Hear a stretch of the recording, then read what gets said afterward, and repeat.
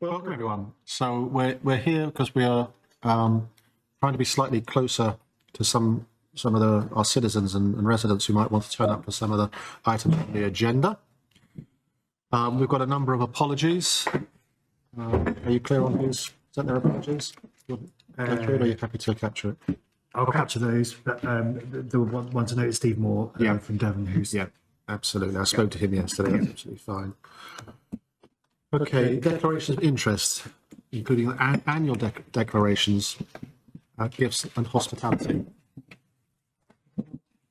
And through your good self, you're happy with the documentation that's come in. Anything in particular anyone wants to raise over and above what you kindly submitted? No? Okay, thank you. If, by the way, I don't see you with your hands, Neil and Ritesh and colleagues in between, will you gesticulate somehow or wave, and I'll try and pick up. It's not easy to do from here. It's cosy, isn't it? Let's move to the approval of the minutes of the 20th of March. There's been a few slight corrections. Have we captured those? I've received some corrections from Debbie, which I'll pick up in the revised version. Yeah. Very good. Anything else? Happy to sign them as... Yes. Yet again, my name seems to be missed off. Someone's definitely telling me something. I'm sorry, Chris. Right, okay. It's the same for part 2. Apologies. Okay, so I'll approve those. Thank you very much. Yeah. Now we have a question from the public, is my understanding. Susan, are you answering this? Tracy. Tracy. Sorry, Tracy, over to you. So the question is, why, when you specifically say for completeness, you reproduce the correspondence between Reopen Foy Hospital and yourselves? One, the letter purporting to be from myself, which you say dates from April 23, is actually a letter dating from March 20. The detailed response to Kate Shields' April 23 letter from myself is not included in the agenda. I think they should say 25, actually. And the detailed response to Kate Shields' April 23, I think that means 25, letter from another member of the public is not included in the agenda. Doesn't this make a mockery of your claim to have engaged with the community, and that this alone justifies the demand for a new and independent report to be prepared on the future of Foy Community Hospital? And our response is, Mr Rooney's clarification regarding the letter date is noted and accepted. For clarification, the letter was dated the 20th of March 25, postmarked 22nd of March. It was received at the Bodmin Charter Rail office on the 7th of April. The board paper was finalised prior to the date at which Mr Rooney's and another member of the public letters were received and responded to. Nevertheless, the key points made in the letter and response are already well covered in the reports. The board paper set out the extensive engagement that has taken place with the community, which was reviewed and accepted by the March Health and Adult Social Care Overview and Scrutiny Committee. Okay. Thank you very much. We'll move on. So, Harry, can you help us with the updates on the action log, please? Yes, of course. So the action log is attached rather. I won't go through them all. I'll only go through those which are due this month, because there's a few at the top which are due in June. So if on the first page of the action log, if I skip to the bottom there, the action for myself, which is due May 25, is to invite Roger Klein back to a future board meeting. So, Chair, you and I need to discuss how that fits into the future agenda for the board. Moving over to the next page, Patrick to develop and bring back to board the EDI and Inequality Strategy and Action Plan to deliver it. And Patrick's provided an update there. Obviously, that work needs to be kind of on hold pending where we go with kind of ICB future and reform, which we'll be picking up at various points on the agenda today. Patrick, I don't know if there's anything more you want to say on that. Only to add that the regional seminar that took place back in March, the actions coming out of that are also on hold pending ICB changes. So I think our work and that work would need to dovetail, would also tie in with Roger Klein's revisit as well. Okay, thank you. Then the next action is for Kate, which is open. So Kate to speak to Anne Gibbons. Read the Echo project. Yes, I haven't spoken to Ange, but I'll bring that. Okay, that's fine. And then next one is like the action earlier, Chair, which is myself to invite John Cyril from the Health Improvement Network. So again, I'll discuss with you how we fit that into the forward plan, given what else is going on. And then the last action there, which is almost completed. So the ICB anchor institution self-assessment has been completed. We're not closing the action because it's still got to be taken through workforce committee, which will happen in June. Okay. Any questions or observations? Happy with all that? Lovely. Thank you very much. So let's move on to item 3, which is the future of Foy Hospital. That's Tracy, you're leading on this, yeah? Yes, thank you, with Trifina. So I'll just do some introductions to the agenda item. So today we are receiving proposals that Foy Hospital remains permanently closed and doesn't reopen, and that the site's no longer required for health purposes. This is never a decision that we would take lightly. We recognise the strong attachment that people have to their community hospitals and the comfort that people take from hospitals close to where they live. We understand the importance of the hospital to members of the Foy community, the care their families have received there over many years, and the importance of the legacy of the Trafai family that it represents. Any decisions taken today won't detract from the valuable role it's played in previous times, but of course we do have a duty to provide care in a way that supports the delivery of 21st century care, and that's what the people of Foy deserve. We've spent some time discussing at the board our new model of care, and we are shifting nationally and locally to a health service that places a priority on out-of-hospital settings rather than its success being measured by the number of hospital beds provided locally. That's why our report is placing so much focus on promoting the benefits of the new model of care and the advantages they bring to local people. I'm going to hand over to Trifina in a moment, who will take you through the reasons for the closure of the hospital 9 years ago, the investment in services that have taken place since then and how they've been used by Foy residents, and the engagement we've taken about the future of the hospital. Our new models of care are in line with the evidence about what achieves the best outcomes for patients, particularly in supporting people to live independently for longer. Increasingly, investments being made in enhancing care within people's homes and local communities, services that, while they may not be as immediately visible as a hospital building, have been shown to be more effective in improving health outcomes, maintaining quality of life and preventing unnecessary hospital admissions. It's also important to reiterate that the care that's available within reasonable distances at both Bodmin and St Austell community hospitals provides some of the most developed facilities of all our community hospitals across the county, and actually probably across the southwest of England. And so I'm going to hand over to Trifina now to take us through the presentation. Thank you, Tracy. Is the presentation loaded on? Perfect, thank you. Next slide, please.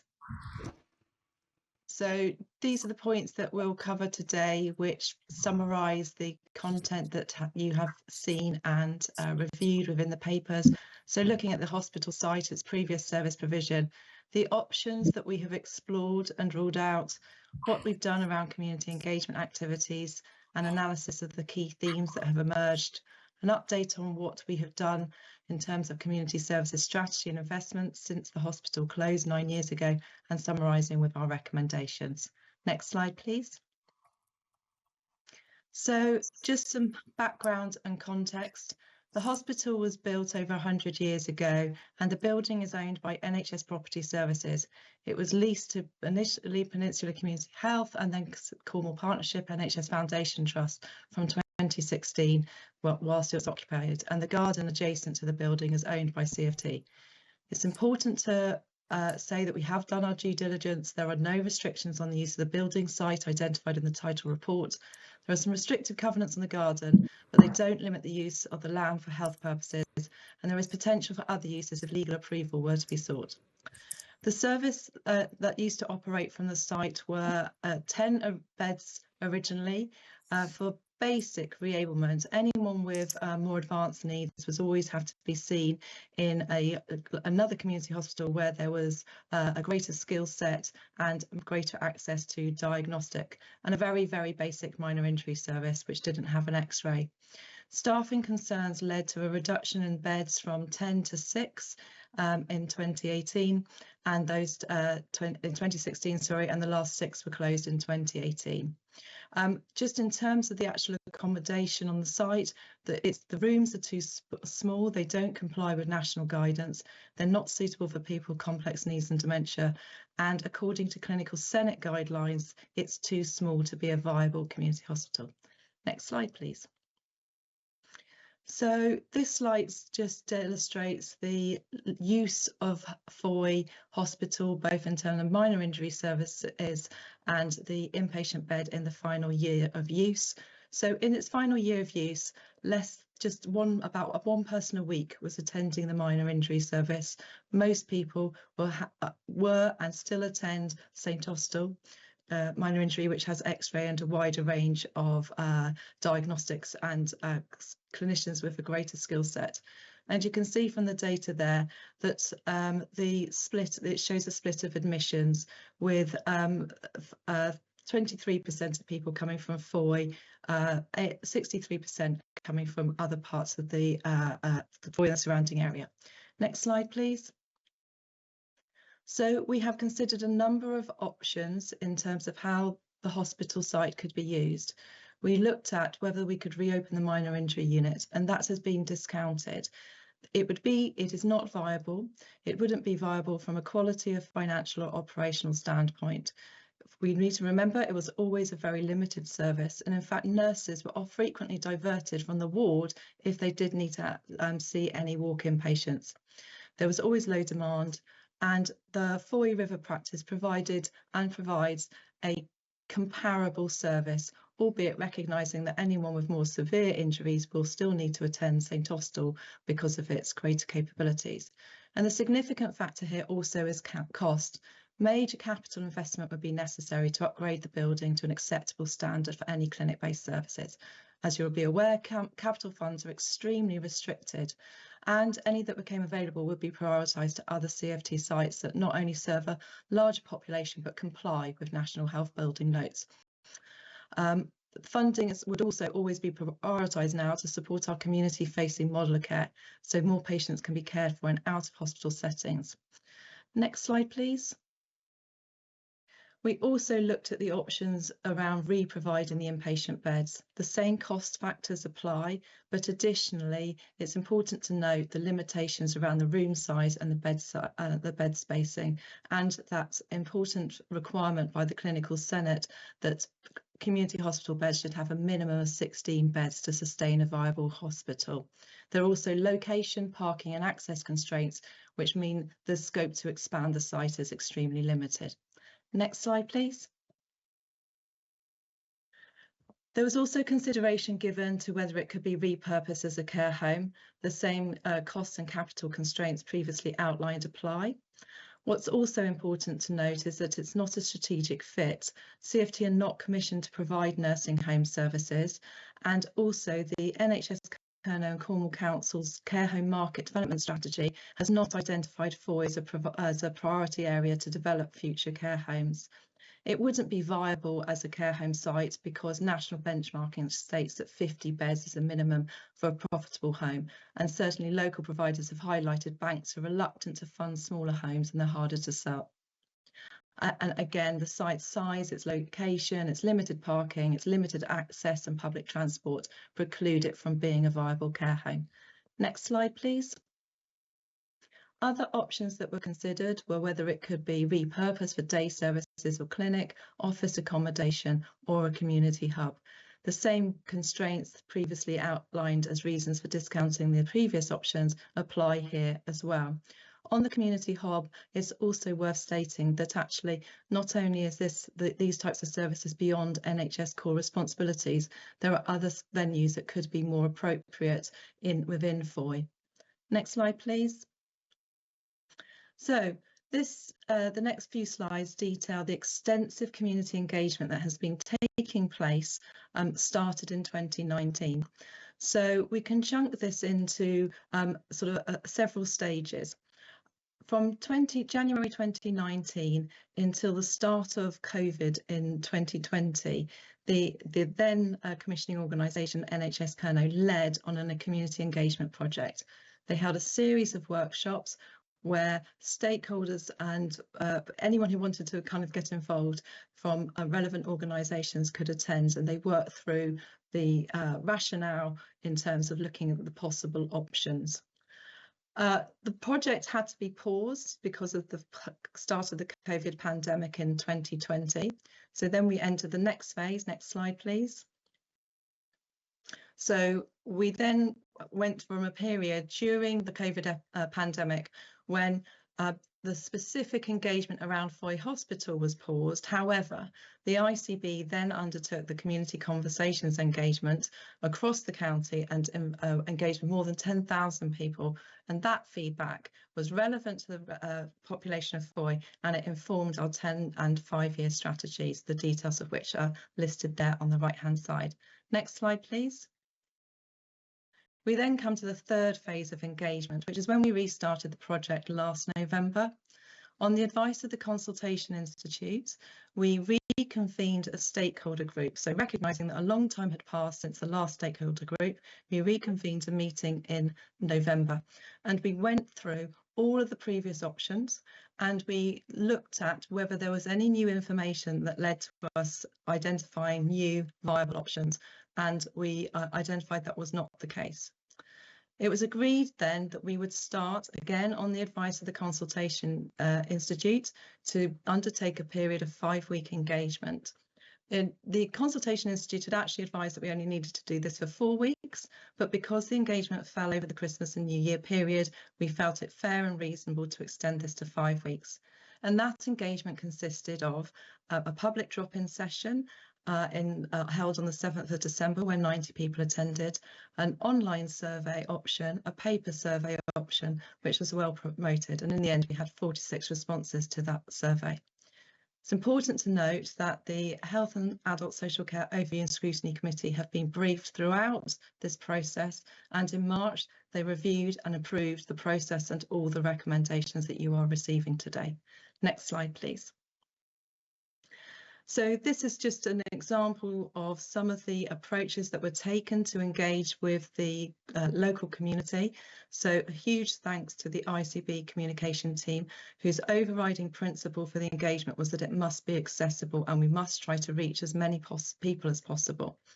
So everything that we produced was produced in easy read format. We had public drop-in events, and we also used a range of print and social media options to promote the ways to engage. Next slide, please. There's some figures here which just demonstrate the number of people and the reach that we had. So what I want to draw attention to is the mix here of both websites. So we had 524 people visiting our web pages about Foy Hospital.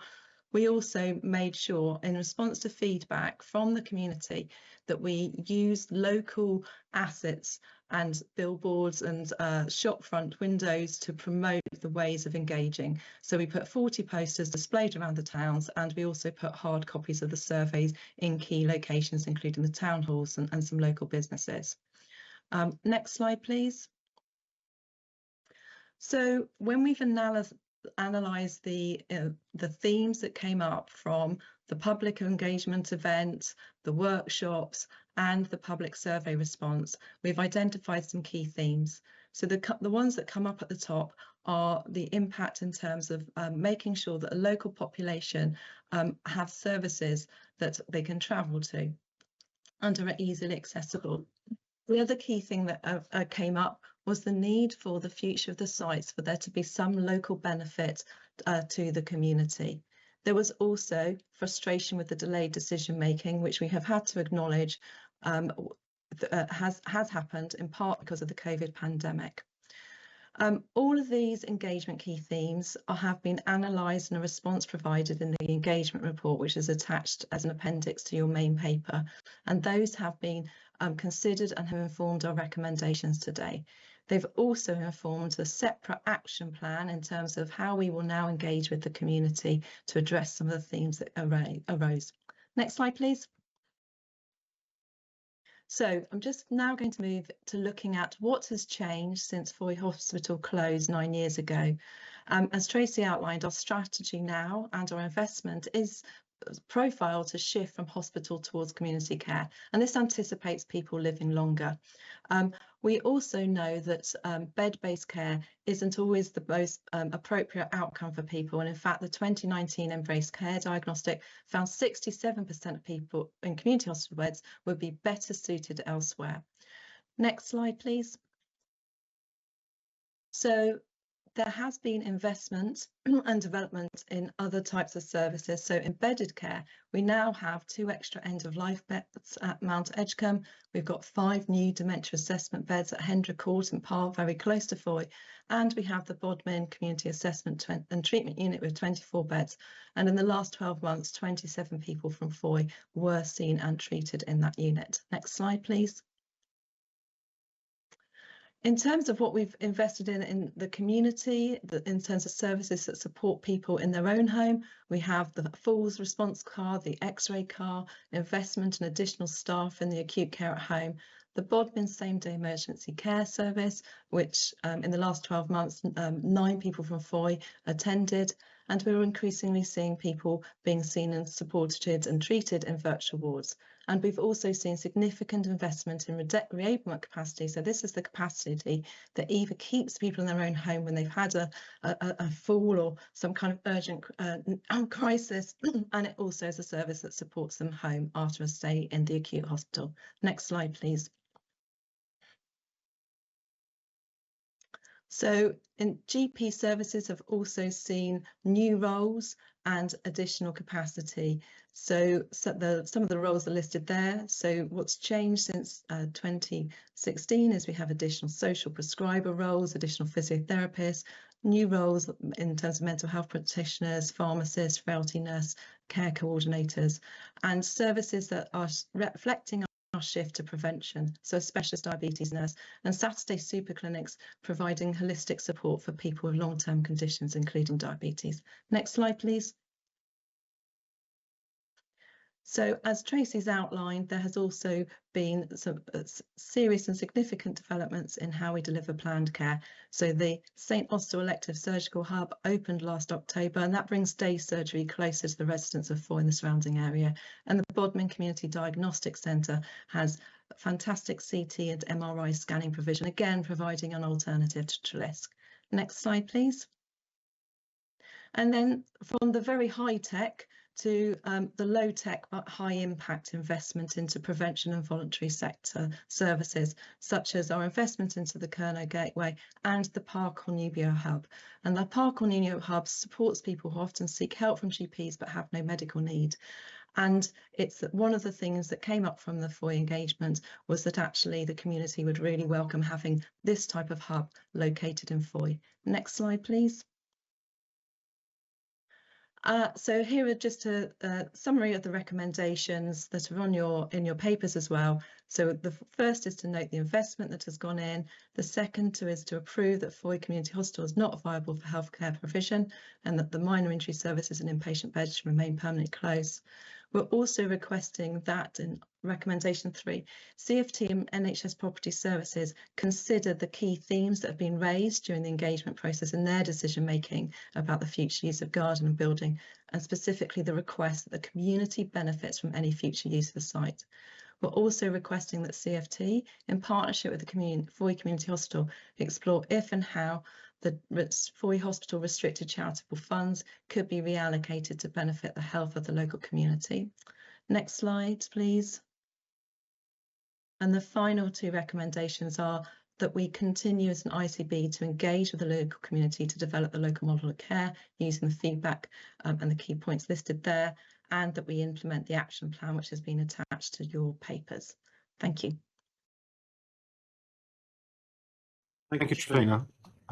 Very considered, and thank you for presenting in such a fashion. So, discussion, colleagues. Tracy, do you want to take this forward? Yeah, I mean, I'm very happy to open it up for questions now. I think the papers are quite detailed. I think Trifina's done a great job of summarising it. There has been a very detailed, long process. It is worth saying that there were no new themes arising from the second phase of engagement, which gives us confidence that all of the issues that have been raised by the public are captured, and we have responded to each of these specifically. Pause 1 second. Pete, we've lost connection. Has everybody lost connection? Yeah. I think there's a bit of a The demand. screen is frozen. I can still hear you. Okay. Would we be better off here shutting down our cameras? It might be worth turning the cameras off. Yeah. Yes. If colleagues, you don't need your camera, would you be kind enough to switch them off? Thank you. So let's open it up. Sorry, Tracy, before I hand it over to everybody else. Anything else you wanted to say? No, I think everything else has been covered. Thank you. Thank you. So questions and observations. Tom.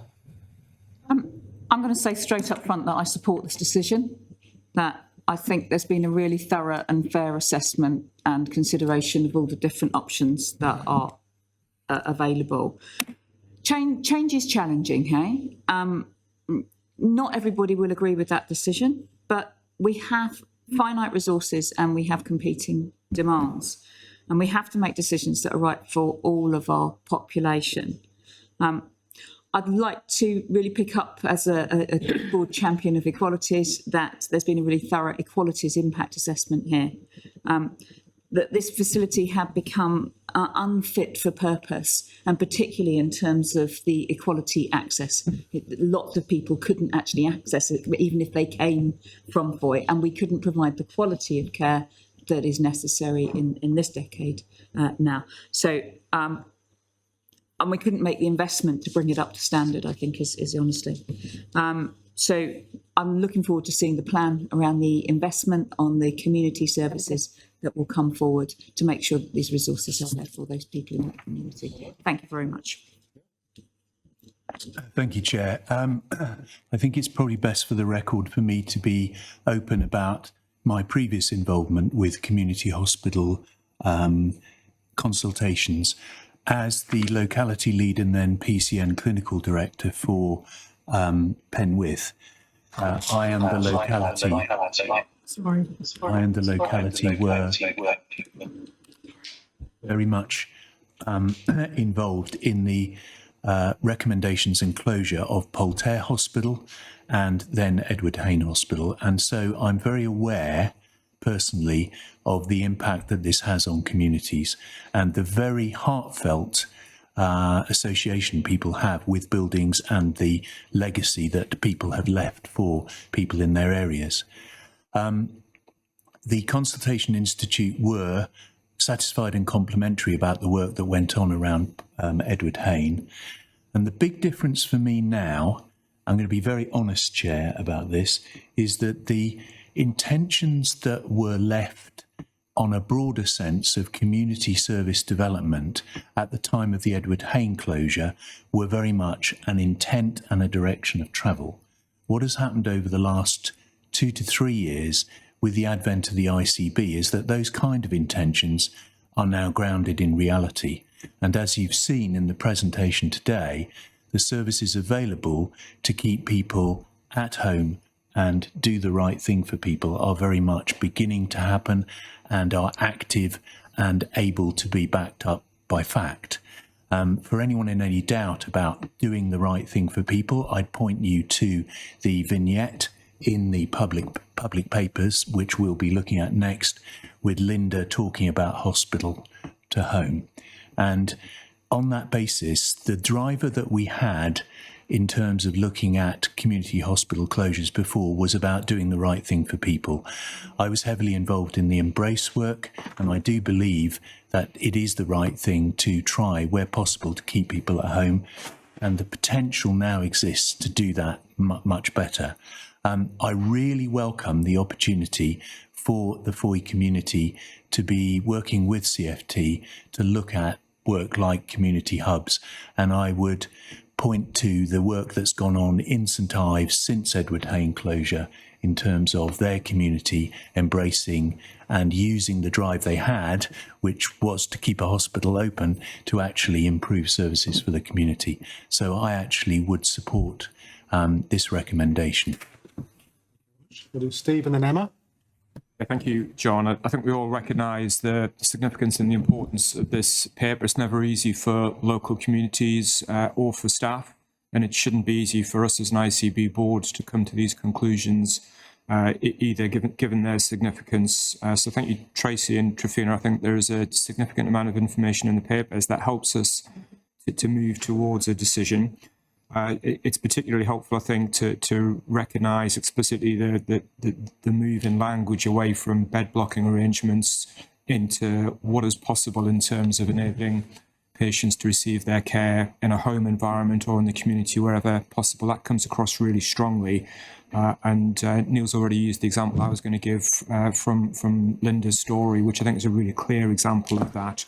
And we spent a lot of time in this board looking at X-ray cars, falls response cars, integrated neighbourhood teams, end-of-life care, frailty same-day emergency care, virtual wards, etc. So to me, that they're a really important part of how we consider this. I think I have two questions, John, from assurance perspective, if that's okay. The first one is with regard to the recommendations under item 5 and item 6, which I think are setting out the actions that are intended to be taken forward to provide the assurances to the local community. So my first question is, how will we as a board receive assurance that those actions are progressing and having the impact that we would expect to have? And then the second question, to an extent, is related to that. What can we do as a board to safeguard the intent for those services, given the very significant financial pressures on ICBs across the country and the environment within the NHS? So I guess two related assurance questions, if that's okay. Yeah, fine. So let's, Tracy. Okay, thank you. So we've been very careful as an ICB board to restrict our recommendations to providing clarity that we have identified that there's no longer a future health purpose for the site, and not to assume the decisions being made here today.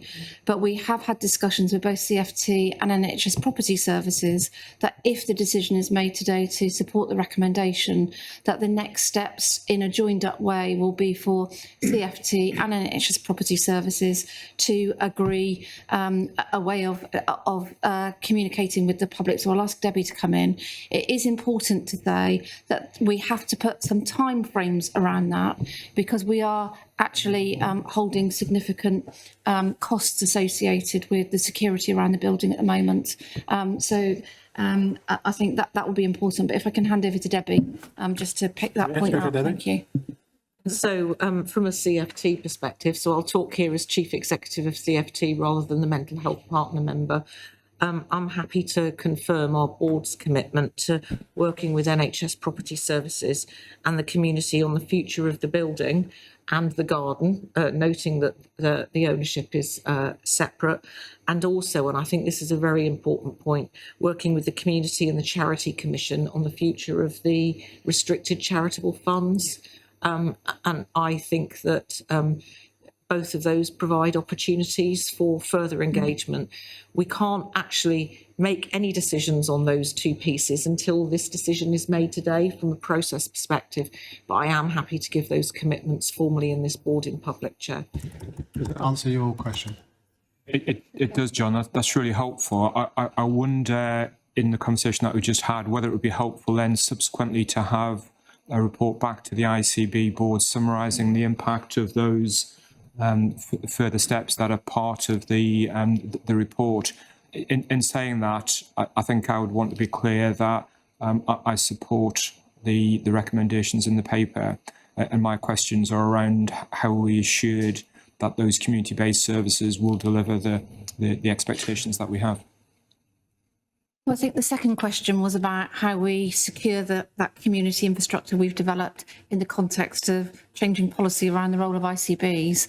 And we will need to talk about the safeguards that are put in place around any new arrangement. And that safeguard will be around a number of things, including those place-based developments and ensuring they're protected. It's really helpful. Thank you. Lovely. Thank you, Steve, for asking that. Let's go to Emma. Thank you, Chair. I welcome the recommendation, particularly to explore the feasibility and the creation of community hub in Par and the surrounding area. And I think it's really important to recognise that this isn't, in Foy and surrounding area, I think it's important to recognise this isn't just about the community of Foy, but there are small hamlets in and around the village. So that's something that we do need to bear in mind. I thought it might be helpful just to share some of the impacts that we're already seeing across the hub network in Cornwall, which currently is in excess of 55 different locations across the county. So we're seeing data from that network of buildings, places and spaces which are run by local community organisations for their local communities, consistently demonstrating when asked that 24% of people who attend a community hub would otherwise have gone to see their GP or their primary care practice, 15% would have gone to seek help from a mental health provider, and 8% would have gone to hospital. So 48% of people who are coming into our community voluntary sector-led hubs would have gone somewhere else, and that's a significant impact and offers a view of the kinds of support that a community VCSE-run hub could offer for Foy and the surrounding area. Alongside that, we're seeing significant improvements in people's mood, in their abilities and social connections with others, and becoming and maintaining physical activity. So there's some significant opportunity there, we think, in developing with the community the offer around a community hub or a community hub plus outreach, recognising some of the smaller hamlets in the local area. So it would be brilliant if we can support that co-design, serving the needs of the local community, and we would expect that to provide an element of relief of pressure on local health systems and services, in particular GPs. At Volunteer Cornwall, one of our key community connecting organisations, have already been involved, as you'll have seen in the report, in coordinating some of those community conversations. I've spoken to them this morning. They are ready and already speaking to local community individuals and leaders to look to see how they can support at CFT in developing those conversations, so that any community hub that's developed is based, designed with and based on the needs of local people. I think it's really important. I'm really glad that Debbie highlighted this, that it's critical that any charitable funds already allocated to benefit the health of the local community remain for this purpose.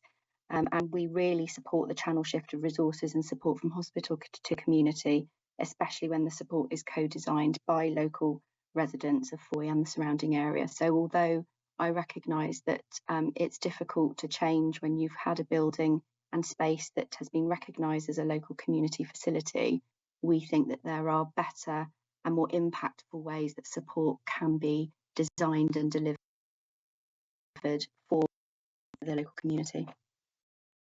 Thank you, Emma. Any response? Are you happy with that? Very happy with that. Thank Very you. happy with that. Very good, colleagues. I think what I'll do is we have 6 recommendations. I think there's going to be a 7th based on Steve's request, but I'll get to that one in a second. It's not my plan to read out all of the 6. There's quite a lot of them, but can I just ask you to just take 2, you'll have pre-read them, scan the 6 if you will. I'm going to particularly focus on item 1 and item 2 to make sure that I'm not going to take silence as support. I actually really do want you to actually show your support as we go forward on this, okay? So is there anything anyone wants to touch on any of the 6 recommendations before I move to putting them to you as a board? No? Okay. So recommendation 1 is to note the significant investment into development and ongoing transformation of community services in the area since the Foy Community Hospital was temporarily closed in 2016. Noted? Yeah. Yep. Yep. I can see complete support for that. Thank you for giving me that. The second one is to approve the Foy Community Hospital is not viable for healthcare provision and that the minor injury service and inpatient beds should remain permanently closed. Everybody supportive of that? Great. Yeah. Yeah, I've looked around. Everyone is very supportive of that. Save me reading each one of these out now. I'll just take recommendation 3. If you could just look at your papers. Are you happy to support recommendation 3? Yes. Yep. Thank you very much. That's supported. Please look at recommendation 4. Are you happy to support recommendation 4? Yes. Yep. All nodding. Thank you very much. Recommendation 5. Are you all happy to support recommendation 5? I'm looking down here first. Yes. Yeah. Everybody happy with that? Down here, yes. Everyone's supporting that. Recommendation 6. Are you all happy? Can I look down here again? Everybody happy here? Yep. Yeah. Everybody. Yeah, universal support for that. Excellent. So those are the 6 in the paper. I think the 7th one comes on the back of your question, Steve, which is, I think we should at some point have an update that comes back to this board. Is there a suggestion as to when that might be? That's 6 months from now? Was that acceptable, 6 months? I think that would be really helpful. Everybody happy with 6 months report to come back? We'll take that as a confirmation. If I can just reach out to Trifina and Tracy and your teams and everyone that's been engaged in this, thank you. Sensitive topic, really well done, and I'm pleased to see that all range of partners have been engaged in this as well, and complete unanimity in this board meeting. So thank you very much. Yeah. Okay, thank Can I you. say a special thank you to Trifina? Yes. She's done a very thorough and thoughtful piece of work in quite tricky circumstances. Hear, hear. Yeah. Thank you, Trifina. Okay, so we'll move on to the vignettes. So Lucy, we've got a bit of time. There were 2 particular videos that I thought were particular. I was going to refer to the ones that Kate and I were in. No one's going to want to talk about those, please. All right, please. I looked at those. I was so embarrassed I couldn't even show my wife. All right, so, well, she was said, "What were you doing wearing that jumper, John?" But anyway, let's more seriously go through the other ones just to start with. Now, Neil and Steve, you picked up on one, so why don't we just start there? Steve, do you want to just pick up on the one that you thought, and Neil follow up on it, maybe? I'm very happy. So actually, there were 2. I know the first one was Linda's story, which to me really very powerfully described the benefits and the expectations of virtual wards much better than I could. I'm sure that connection with the impact, not just on Linda in this case, but on her family in terms of being at home and being able to provide support to the family in a way that wouldn't otherwise be the case. So that was a very clear story for me on the benefits of virtual wards, and really reinforces to me that key part of our system transformation plan going forward. It was a very positive story. The other story that particularly struck me was Marion's story, the end of life journey. So I don't know if you want me to comment on that. Yeah, do so here. That demonstrated the critical need for us to continue to improve the way in which communication happens within our system and within our hospitals and within Royal Cornwall Hospitals NHS Trust.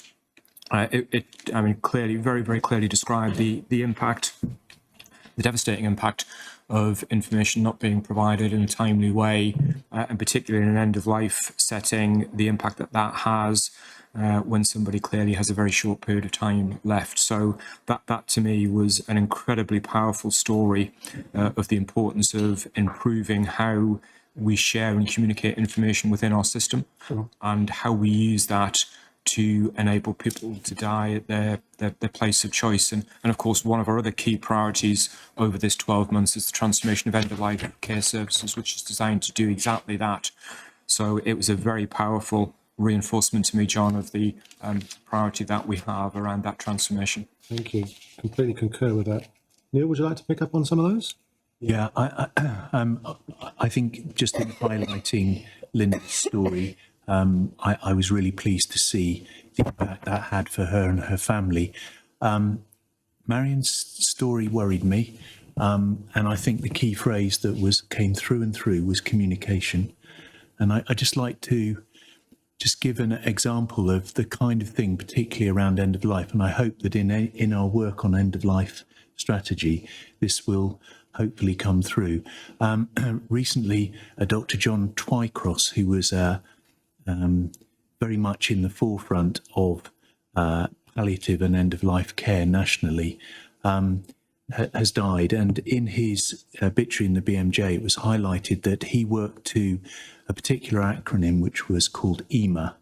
And the phrases used were evaluate the problem, explain the problem, manage the problem and with the person, and monitor the problem. And the A was for attention to detail. And I think explanation is the key here. And I think we need to look as a quality issue where we're losing out on explanation, sharing and personalised care and holistic approaches. And I think there are lessons here in that for us that are so important in all aspects of the care we give. I also just wanted to say that at this stage, I think the vignettes broadly, in terms of explaining what we're doing, are hugely helpful. And I hope that there's an opportunity for the public to be reassured by the work that we're doing as a board. And I really very much value the impact that the comms team make in terms of the work we do. Very good. Let me open it up. Anybody else would like to? Martin? Well, actually, before I follow up on that, of course, I very much enjoyed your and Kate's. Kind of you to say. No, I mean, on the, yeah, I totally agree with the two that we've mentioned. And again, I'm sure that the end of life care work that we're doing will help with that communication gap that seems to exist in this case. But it struck me when we talked about the virtual wards that I think the lady was obviously very positive, but seemed to imply that she was able to get support during daylight hours up until 5 o'clock. And I thought, well, surely that's not the case. Is it? I just wanted to double check, you know, what happens slightly out of hours. I was going to comment anyway, but in answer to that specifically, yes, we did pick that up. And there is an out of hours number of support for that. We're also moving to a new monitoring provider. So we've got an improved digital offer there for alerts as well, which perhaps Kelvin might wish to speak to. While I've got the mic, Chair, there's 107 Cornish residents on the virtual ward today, which is great, but that's actually 50% occupancy. So we actually have the capacity to do so much more with the virtual ward. If you look at how the virtual ward benchmarks, we benchmark really well for step up into the virtual wards to prevent admissions. So step up from primary care, so GPs can refer in, our urgent community response teams that attend within 2 hours to someone's home can refer in. We're also seeing the ambulance service increasingly making use of the virtual wards, and also step up is counted if you are referred from the emergency department into the virtual ward. So we're benchmarking as one of the best in the country and one of the best in the Southwest region for that. Where we have got further work to do, and I know that Steve and particularly his medical director are committed to working with us, is on the step down pathways that we're developing from the acute hospital, and we're redoubling our efforts to ensure that as part of our urgent and emergency care improvements that we maximise the opportunities that are there. And we're also having very fruitful conversations with UHP in terms of the model that supports residents to the north and east of the county. Did you want to add something? Yeah, I think in terms of following that up, it might be helpful over the next 2 to 3 months to bring some examples of step down services and where we're seeing that progression for people leaving bedded care, moving back to their own homes. I think it might be great for the board to see that. Okay, thank you. Tal? I'm going to keep it brief, John, because I know you want to keep moving, but I thought it was really good to see a wide range of people's views coming into to tell us here in this board about what's actually going on. Others have talked about some people. I'd like to talk about Paul and Julie, because I think it was great to have their voices coming in loud and clear, and also Kirsty. We're going to get to Kirsty, yeah. Yeah. Right. So I think if we look at our proposals around core 20+5, we need to see our communication as part of that personalised journey, not just in terms of quality, but also in terms of equality. And to remind ourselves that if we haven't communicated with everyone in a way that they can receive the information, then we haven't communicated. And we need that to underpin all of our personalisation and prevention messages, please. So let's keep those messages with us. Thank you very much. They were really good vignettes. Very good. Yes, please. So I think that's absolutely right, Tan, because we're also still seeing, do you remember the hearing families? We're still seeing examples regularly of carers of adult children not being heard as part of their caring of their loved one. So I think it might be something that we might want to revisit at some point over the next few months, around the work that we've done, the impact it's having, but the fact that there is still so much more to do. Sure. Thank you. Emma? Thank you. I'll pick up on the end of life one because Kate's just finished on that. Because I was going to, it's not a question really, but more of something for us to. Oh, we've lost you, Emma. You've been cutting in and out. Is it us, Nate, or is it Emma? Yeah. Right. While we're waiting for Emma, then I'll Take away and ensure. try again, Emma. Can you hear me now? Keep going. It's our end. I'm sorry. Okay. So I wanted to pick up Kate's final point, which was it was incredibly helpful to hear Marian's story. I want to make sure that we are continuing to prioritise people's own lived experience of the care that they receive as part of our end of life transformation, because I think it's really important to touch back in with other Marians over the course of this year to ensure that their experience is a changed one as a result of the work that we're doing. And I'm sure that the team will be picking that up. I also wanted, and I know I say this every time, at some point for us to come back in terms of our strategy and life course steering group approach to reconsider dying well as part of a life course at some point in the future. But the second piece I wanted to pick up was Kirsty's story and Tarn's point about how we're improving care for people with disabilities. So we've recently been involved with the Peninsula Cancer Alliance in a small grant scheme, offering really small amounts to voluntary sector organisations who are working with communities who are at risk of and already suffering from significant health inequity when it comes to early cancer diagnosis. And we're already seeing some really creative and innovative work to reshape the cancer pathway for people with blind and partial sight impairment. So it's another example of how we might be able to utilise that kind of mechanism to do some really creative work with different organisations and communities that would help us to actually change the process. We think some of the work that we're doing with Eyesight Cornwall and people with blind and partial sight will actually impact on national cancer pathway and education programmes, which is really exciting. Very good. Before I bring Lucy in, can I just pick up on the Kirsty story, because you've said it, but I'd like to just repeat what you said. What I really like about these vignettes is it not only is it shines a light on things that possibly we don't think about enough, but some of the inequity that there is. Absolutely. And the things of, whether it be in this instance someone who's deaf, whether it be blind, groups who've got special educational needs, broader disabilities, and that kind of thing. How actually do we?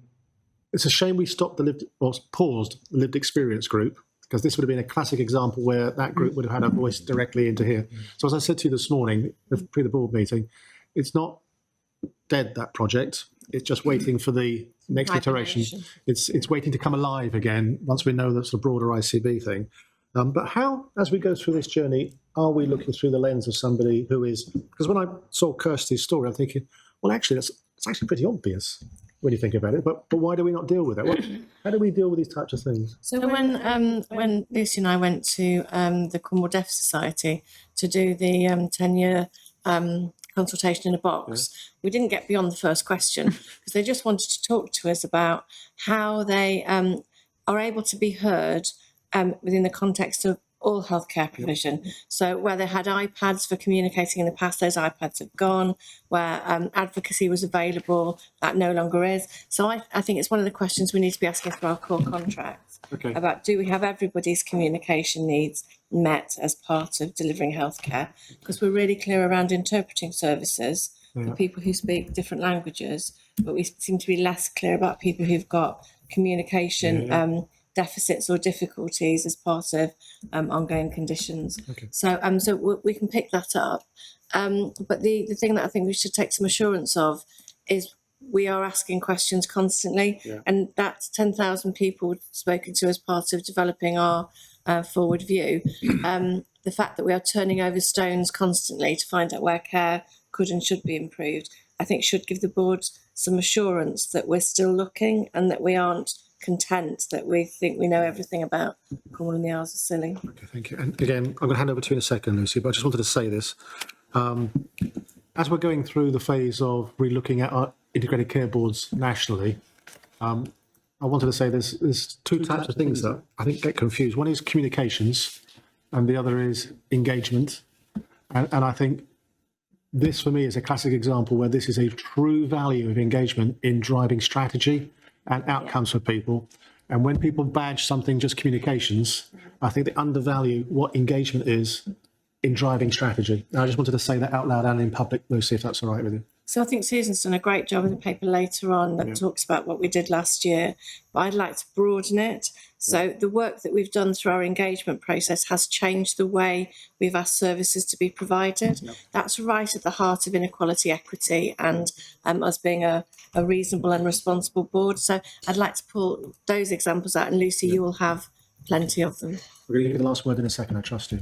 I was just going to say it's absolutely the heart of what an effective strategic commissioner should be going forward as well. Absolutely. Thank you.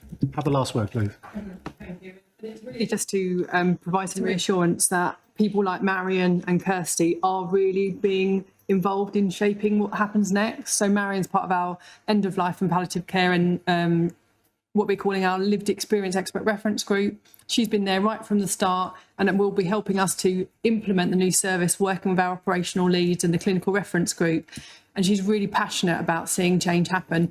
And also that this group really represents lots of different people. So there are young people, people who've lost family members of a young age, right through to ages. So it does really champion that life stage course as well.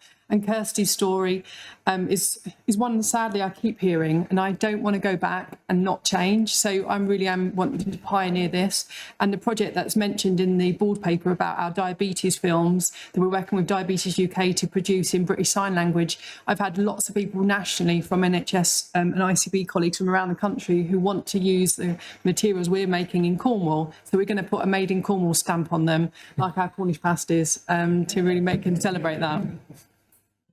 Good points. Okay. Yeah. So the health surveillance is going to be something that we'll talk more about as a board, because in terms of strategic commissioning, that is something that should be at the core of what we do.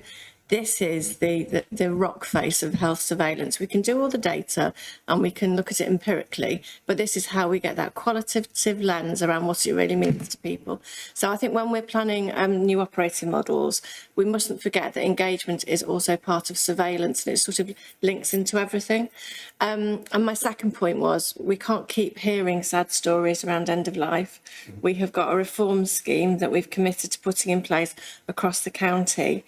We almost need a compact at this board that between us, these stories start to change as of now, and our tolerance for care that is less good than it could be at the time of somebody's death must completely disappear. Okay. David?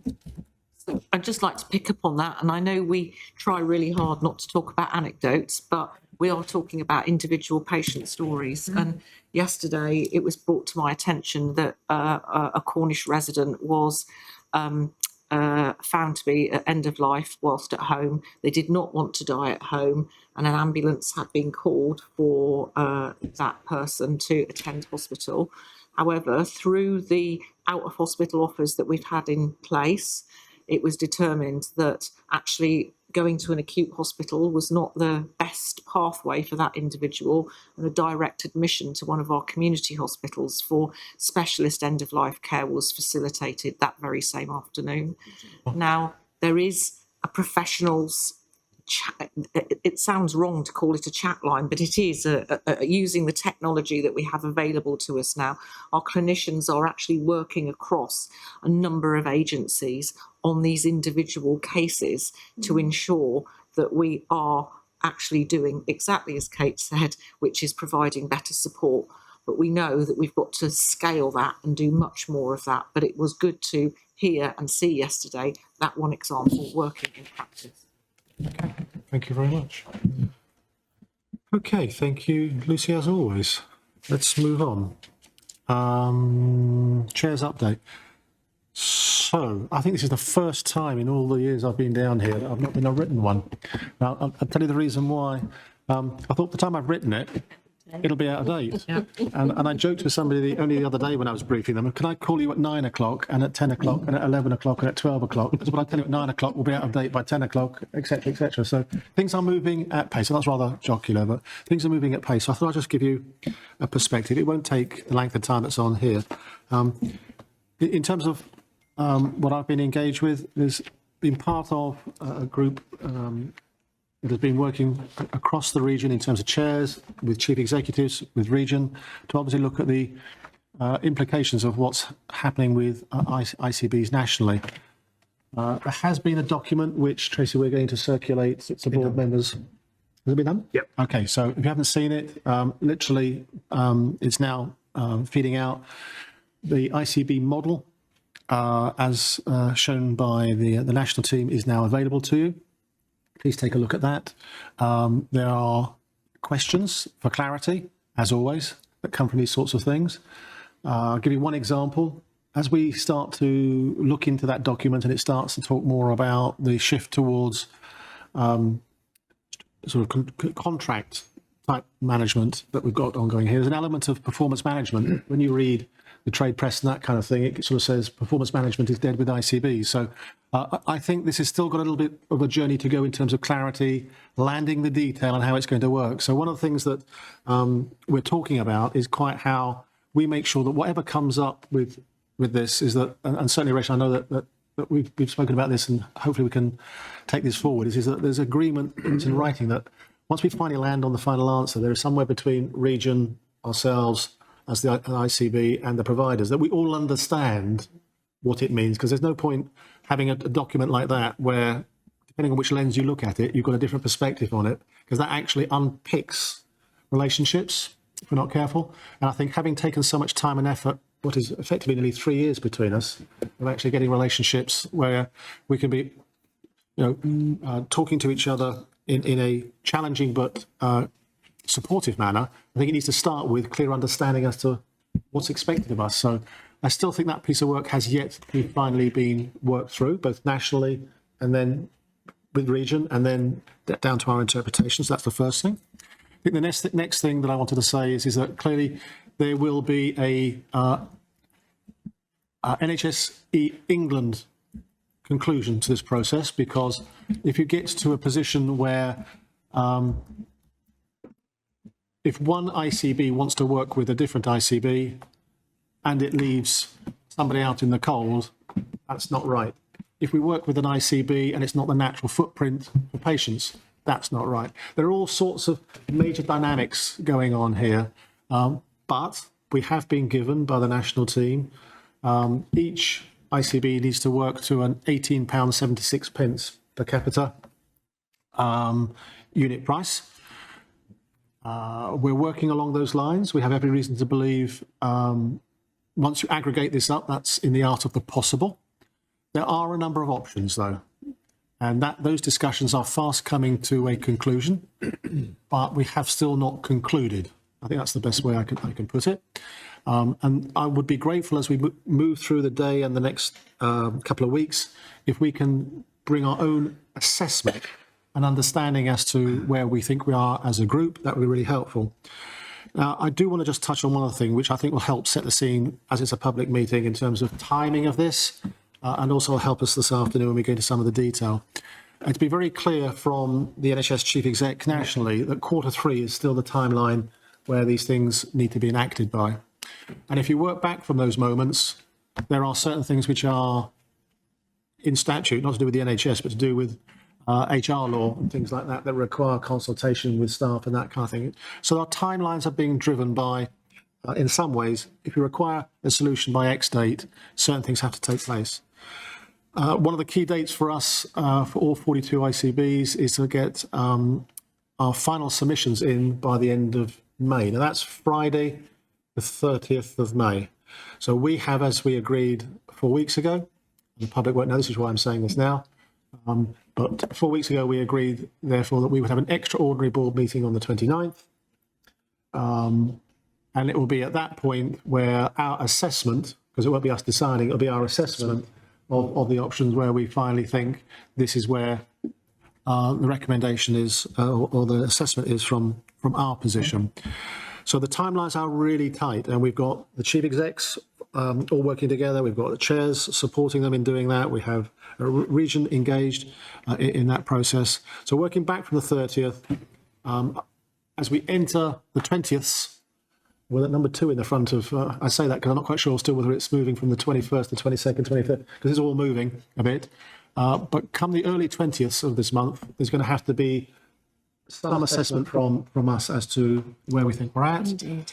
And that's not just about ICBs, which should come together where across the southwest, but also there's a second dynamic in order to get back to £18.76, which is what can we do once at scale within the region to help do things even better than we've been doing before, still get to the £18.76, and something which I have to say I felt personally quite inspired by some of the documentation that came out from here. And Tracy, you really neatly paraphrased this yesterday in some of the conversations, which is there are certain areas that we need to invest in. And one of the real troubles that in the early days that I found when engaging with colleagues about where we were going, once we heard 50% off or 38% off or whatever the number was, is, well, how can we do that given what we do now? And I think the danger with that is you start with an elastic band of a ring point, which is where we are now, and try and drag it away and work out what we're doing now. And it almost feels like salami slicing. So the real way to do this is to actually work out what are the new purposes and the new functions of an ICB. What is its relationship with regional, relationship with providers? Real clarity on those roles and responsibilities. And what that will take us to is a new way of doing things, a new mandate for whatever it be in terms of coming together for ICBs at a larger scale, which will be a reduction in the number of ICBs.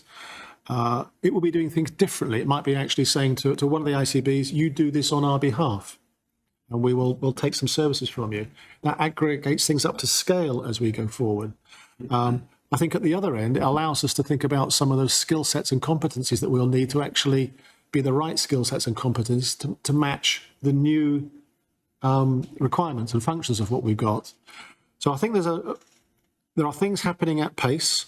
There are lots of things that still need to be concluded, and we were working from today's board meeting, which is the 8th of May, to a position where we need to get to a position by the 29th of May, where our extraordinary board meeting is, in the hope that the following day we can give our assessment. So I don't think I really wanted, unless you wanted to talk and ask any more questions about it. I'm sure, Kay, if I've missed anything, you'll pick it up in your chief exec's report, but I'm hoping that's a high-level summary of where I think we're at on that rather important topic. Are there any questions on that? You can see why I didn't write this last week. It would have been out of date. Right. Still might be. Yeah, it still might be. Yeah, no, well, that's exactly right. Okay, thank you. So let's move on from mine. Let's go to your verbal update, please, Kate. Okay, so I just wanted to start off with, for a moment, I think we should be proud. So if we look back, we're doing the annual report and we're looking back over last year's performance, but as it's a time of inevitable change in the NHS, there's probably something about looking over the last 3 years changes as well. So we enter 25-26 with a compliant plan in place from our providers in terms of the targets and the constitutional target recovery that we've been asked to do. We've got new services being put in place and being rolled out, which will help to answer some of our residents' issues that they're raising around access to care or quality of communication for care. And we are at this point doing it within the context of a balanced financial plan. And we know this year will be difficult, but you'll also know that 26-27 will probably be even trickier. So we need to lean into the fact that for the last 3 years we've balanced our budgets, that we are starting to work together really well in terms of how we manage risk between us, and that whatever happens from 1st of April 26 onwards, we need to celebrate that and use it as part of our change rather than reflect back on it but not doing anything with it. So lots of new services are coming into place. We're seeing our neighbourhood teams starting to thrive. We're seeing more options for people who don't want to go into institutional care. And we're starting to see new models of care being delivered across our provider footprints. All of that's great for our residents. Our promise around caring where it matters, we come to you. All of those offers are in place across our whole county. And Debbie and I are going over to the Isles of Scilly next week to see the development of St Mary's Hospital. And I have to say, I never thought in my time in Cornwall that St Mary's Hospital would be redeveloped and that the developments on the island would be as advanced as they are. Huge plaudits to CFT for making that happen, because it isn't without a lot of time and effort spent in local relationships on the island. We're also seeing digital services being exploited. So a CFT working with RCHT, meaning islanders don't have to travel, is something that we could be using on the islands around the rest of our county. They've got grass around them, not water. So we have some very isolated communities that the learning from the Isles of Scilly between RCHT, CFT and University Hospitals of Plymouth will have massive benefit for our residents. So I just wanted to finish saying that change is inevitable, isn't it? So within the NHS, none of us get too comfy for too long because we know the next iteration of the NHS will be upon us. So I think we need to support each other as we manage through it, because a strong board and a strong relationships mean great services for our people.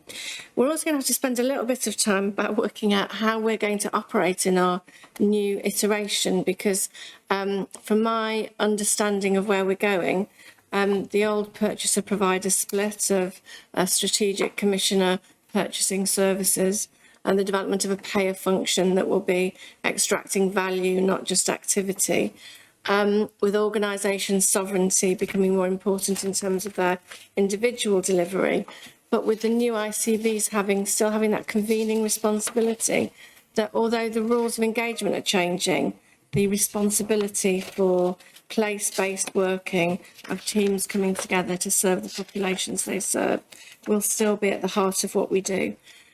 So as a board, I think we should reflect on how we've got to be where we are, because I think that reflection will be really useful in terms of determining what we are going to be like in our next iteration of an ICB.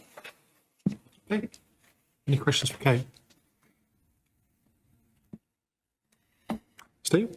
John, it's not really a question, more a comment. I think Kate's described really well the reasons why we should be proud as an ICB board, and I'd endorse that. I guess my comment is just to reflect the level of challenge, not just across the system, but particularly within integrated care boards. The savings expectations nationally and therefore locally are exceptional. And when I look at the quality of papers, the strategic intent, the ambition that this board is showing, that makes me feel really proud, and it's enabled because of the actions, particularly of our ICB executive colleagues and their teams, who are navigating that strategic intent and that extraordinary challenge of cost reduction. So just to acknowledge that and recognise that that must be a very challenging thing individually. I'm sure it's challenging for ICB members of staff as well. They all do a really important job in helping to support us. So I just thought I would... well, thank you for saying that. I think the whole board would support that. Thank you. Yeah, thank you. And to your colleagues. Debbie? Yes, I'd like to endorse Steve's comments as well. And our board is certainly recognising how tough it is, actually, if you're working within an ICB at the moment, with all of this uncertainty and change. And there's a very great appreciation of, despite how tough it is, all the officers of the ICB have continued to put their best feet forward in terms of working in partnership with others in the service of our local residents. And I think we should actually support and celebrate and thank you and your teams for that, because it's not gone unnoticed or acknowledged, and it really is appreciated. I think separately to that, though, I do have a question. I agree with Kate, change is inevitable in the NHS, and those of us that are seasoned have been through a number of them. But when Kate is telling us how we should be proud, I think, Kate, you could have amplified that, used a megaphone and added to the list. And I came back from holiday and went straight into a meeting in London on Tuesday. And Cornwall and the Isles of Scilly has been seen to deliver on its ambitions to flip the model, as it were, to absolutely commit itself to building partnership models from the community back up using not only the main statutory organisations, but using the power of communities, local people in the VCSE, and the work that we are poised to really deliver on in 25-26 in terms of the integrated neighbourhood teams and into 26-27 is needed more than ever now. And my concern is, how do we work together to ensure that the work doesn't stall, or how do we ensure that we don't lose the gains that we have made, given that we actually want to go further faster during a year of significant change. Thank you. Yeah. Right. So one of the things I was going to say and I forgot to, is I think we need to do a bit of a log of where we've got to and how we've got here. So Susan and I were speaking this morning, we're being asked to go and talk to people about integrated neighbourhood team development. It doesn't happen by magic. So I think we could all we need to track our decisions that we've made over the last 3 years, that I think started with the community hubs and the gateways. Actually, take that even further back. It started with the establishment of this board and the different sorts of people that, I thought John was very brave when he chose his non-executives, because none of them are shrinking violets. We've got a range of people with very strong views and opinions. Then the decisions we've made as we've gone through the iterations of the planning rounds have put us in a position where our integrated neighbourhood teams are a reality. So I think we should log that journey, because it's easy to forget it, and we need to hold on to it as we go through the next few years of planning. So I think you're right, and I'd like to take an action, actually. Yeah. I'd like to go away and pull all of that together around how we've got to where we've got to. Please take that. So I'm going to make a quick observation. Then we've got Emma on the screen, and then Steve. So I think, seeing Nick's comment in the chat thing there, I think we should, in the minutes, actually record our thanks to the ICB executive group, actually, on that. But I think, bearing in mind this is a unitary board, I think we should actually say thank you to each and every one of you, actually, for holding the ring on this, because there comes a point when it's easy, when these sorts of things happen, to separate relationships. I haven't seen any of that, and I just wanted to reach out to each and every one of you and say thank you to that. That's been really important. Emma. Emma. Thanks, John. Can you hear me? Yes, please. Yep, right.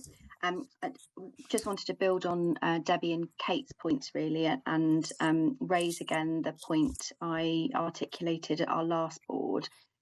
From a VCSE perspective, Cornwall has a regional and a nationally recognised ambition around investment in VCSE, not just in terms of service provision, but in our alliance structure and the infrastructure that supports being able to deliver strong, safe and quality services through our VCSE providers. And that's something that I think we should be incredibly proud of.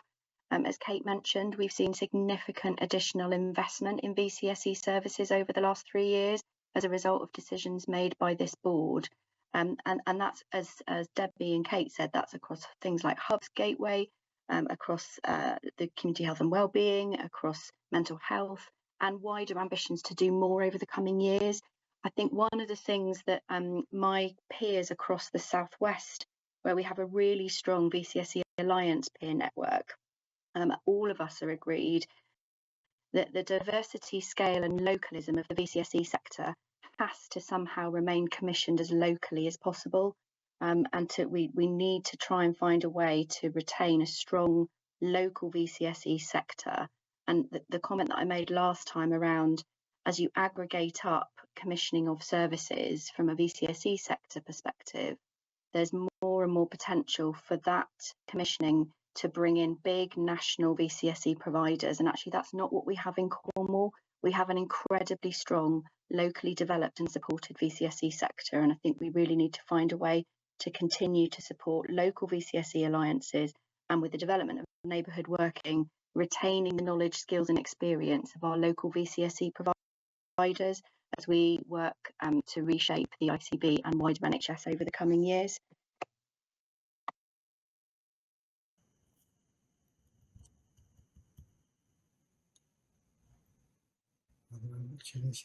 Go for it, Emma.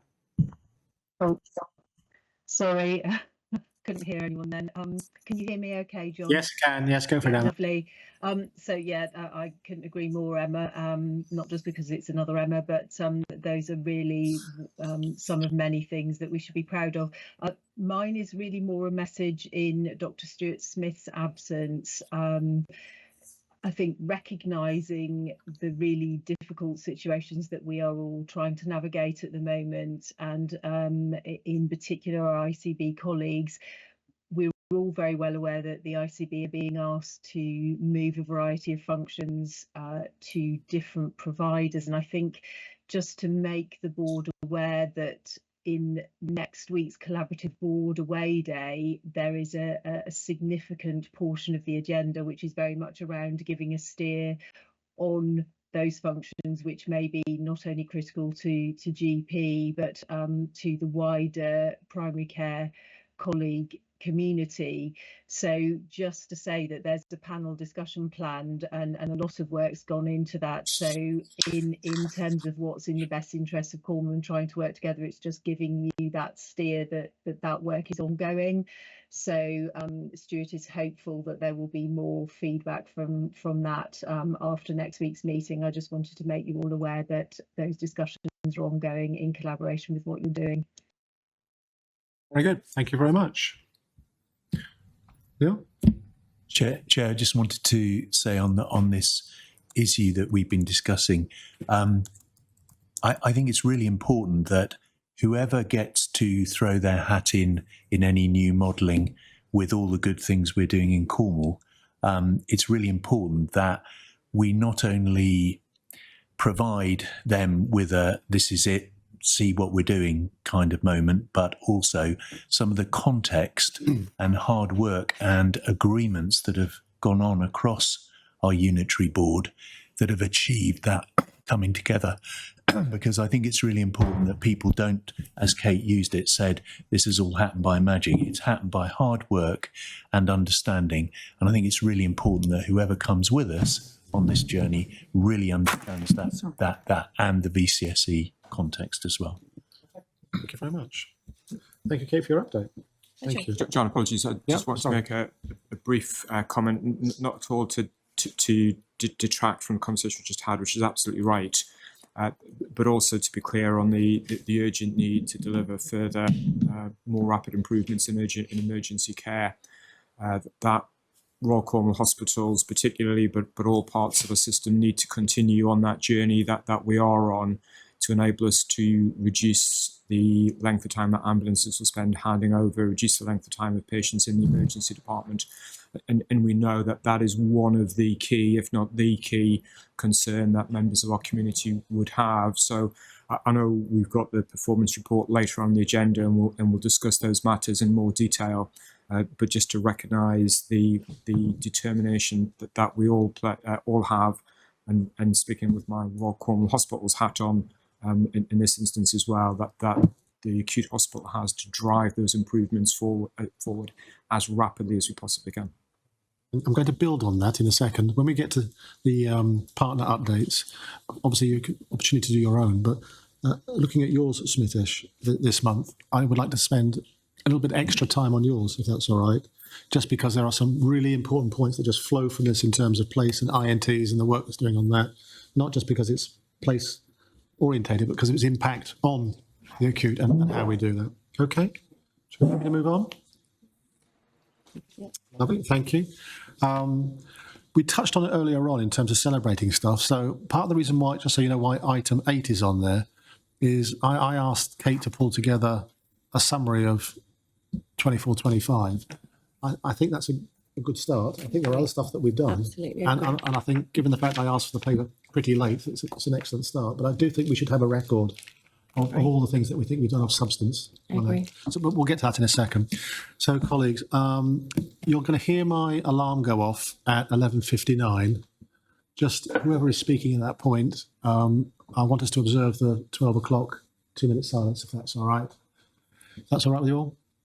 Yeah? So we'll just sit quietly from 12. So if you hear my alarm go off, it's just a reminder. You've got 60 seconds and then we'll need to stop. Okay, so in terms of updates, let me go through the non-execs first and see if there's anything. Neil? couple of things to highlight. There's reports from ICA committee and 2 quality committees that I've done. I just wanted to note that at the ICA committee, the committee wished to record concern as to the possible impact of remodelling of ICBs on the new model of care, as we've been discussing. Also, the purpose of the ICA committee is highlighted in that report. And I think it's fair to say, in terms of what Steve had asked us for coming forward 6 months, the next ICA committee in July will focus particularly on the frailty work that's going on in the new model of care, with a detailed report that can be brought through partner reports in the interim. In terms of the quality committee, I want to make one clarification, and that's in the committee in April that looked at primary care particularly. I wanted to highlight the current CQC ratings that exist in Cornwall, which are now showing no inadequate general practices, and the hard work that's gone in through particular surgery Harris Memorial in improving things there. And that 46 of our practices are rated good and 5 outstanding. In terms of GP collective action, the sentiment that's from the committee that's obtained in there needs some clarification. And I'd just like, because the LMC couldn't be at the meeting, I've had a clarification that the national dispute between GPC and government has now resolved, but collective action continues locally in terms of review of commissioning gaps and in regard to the objective of safer working for GPs and their teams. That's a clarification I've been asked to give against that statement made in my report. Thank you. Thank you. Nick, nothing from yourself? I think Nick's got anything to report. Tan? Yeah, just to note that the Workforce Committee met on the 17th of April and we received a report on the system level work programme, and that's organised into 3 specific time frameworks: the in-year, the next year, the future years. The committee and the first part in the in-year recorded its appreciation of the significant work that was undertaken by the Trust to deliver the plan and to achieve break-even outturn. Yeah, I think that's all.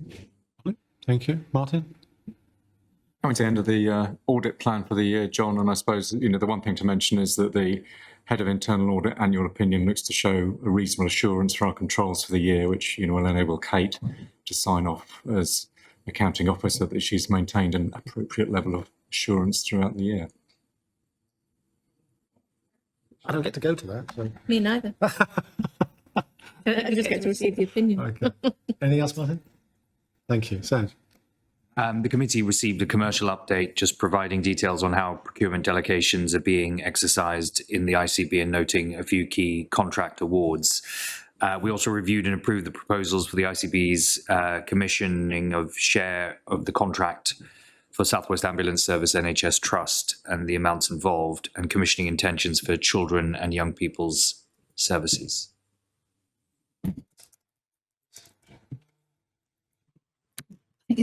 Okay, can you hear me? Is it on?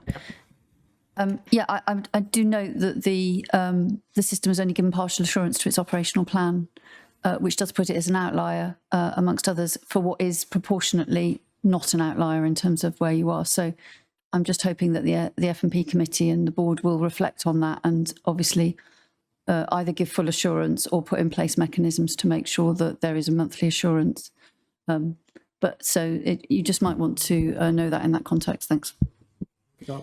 So if we put that up later, Rachel, it's paper in part 2. Okay, lovely. Thank you. Thank you. I think we're done on non-execs. Excellent. So let's move. Now I'm going to start off, Smith, with your self. One of the longer reports, lovely to read, but no. But when I look at the report itself, as opposed to the attachments, I hope you've all read it. There are some really great things in here in terms of cut through going on. Can I have your summary and then we'll tease it out? So yeah, first of all, all of our ICB colleagues that have helped make this happen in terms of everything that we're doing, in terms of direction of the board and in terms of integrated neighbourhood teams as well. I just wanted to acknowledge, along with everybody else, the extreme difficulty it must pose to work under these conditions. So I really appreciate all of the work that's being done in the past and moving forward. So I wanted to put together, just on the background of any changes in national context for primary care, a very successful launch of Wave 1 INTs event, bringing together the first third of the INTs that have started to do the work. And you can see from, I won't go through it verbatim, but you can see from the attached presentation and the summary of my report, the kind of positive highlights that we're receiving.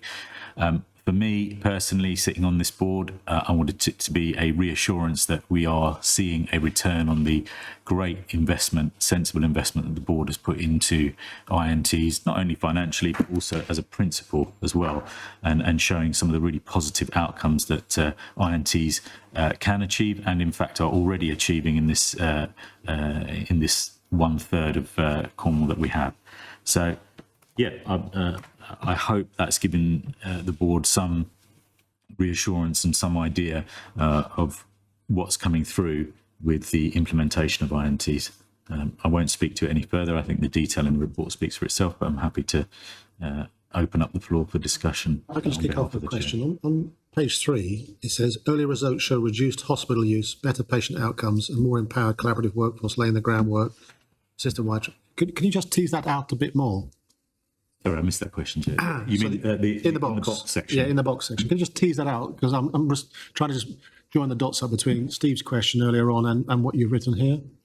So I think one of the key things that's allowed INTs to progress is the discussion around the table between provider firms, between secondary care, and also between the GP Care Collaborative. And speaking before to Emma's point around the discussions that the GP Care Collaborative are having with the new model of ICB moving forward, I think one of the key things is to continue that ethos and continue that kind of work, and not to panic about changes that are happening, but with a consistent viewpoint and a consistent ethos and principle in how INTs are going to move towards improving care for our patients, but also work for everyone within this sector. We can continue making those improvements. Just before I move to David, I guess the question I'm asking is, early results show reduced hospital use. I couldn't quite find the quantifiable early reduced results numbers. I defer to Chris. Is that? So what that's referring to is some of the early examples that have got off the ground early, such as the paediatric model at St Austell, which clearly showed reduced activity going to RCHT, but also the use of Brave AI, the risk stratification tool that some of the Wave 1 INTs are already using, which has already highlighted that the people with the most greatest risk of being admitted to hospital, for example, the 60 that were reviewed at Arbenec, only one had ended up going to hospital, whereas the data would have suggested they would have all gone to hospital. So I think that's where some of the early conversations are happening. But I think the point is this is being owned by our clinical colleagues in integrated neighbourhood teams. So the sort of the energy to use Kate's phrase, to load bear and take responsibility for driving these changes and being responsible for the trajectories that they themselves are putting in is really palpable. Okay. Kate and then Debbie. Yeah, so I think what Chris is and Smitesh are both describing is the early promise of the models of care. Okay. So what we are now working with our place directors on is extrapolating that into the 5 INTs we've currently got, because there's lots more teams that want to be integrated neighbourhood teams. So the growth in that, the spread of that evidence over a wider number of integrated neighbourhood teams should start to mean that the front door of RCHT feels it. At the moment, I don't think Steve's staff would be able to feel the reduction in people going to the front door, but the models that are being put in place definitely give the intellectual evidence that it will. And the other area that we need to focus on is that of people who do get admitted, we know around 25% of people who are frail, who are admitted to hospital, could go somewhere else. These models have to pull them out too. So they need to be able to track their people and then get them back into a place nearer to their home as quickly as possible. So Julia, Derek and Trifina, our place directors, are working with their INTs to get those numbers so we can numerically show the differences and I think that will make it easier to see the added value that they're bringing. Yeah, so I was really welcomed the report, Smitesh, and also the inclusion of the slides that went with it. I think that gave a really rich articulation to this board of the considerable work that's underway. And I'd like to applaud the work of the three place directors as conveners in all of that, because actually between the three of them, and we've heard from Trevina already this morning, but the work they're doing across agencies to pull these ambitions together is really quite inspirational. Also, we're moving fast in this space, aren't we? I met with Stuart Smith a couple of months ago, and we know we're going to have to take an incremental approach to this, but we have set ourselves an ambition working together that community matrons who are employed by CFT, but they will be deployed by and within integrated neighbourhood teams. And I set the challenge to our organisation to work with partners for that to be scoped in Q1 for implementation in Q2. And I'm pleased to say I've had confirmation that we are on track for that. And in fact, from a CFT perspective, the preference is that we move towards that approach within all INTs, not just the 5 wave ones.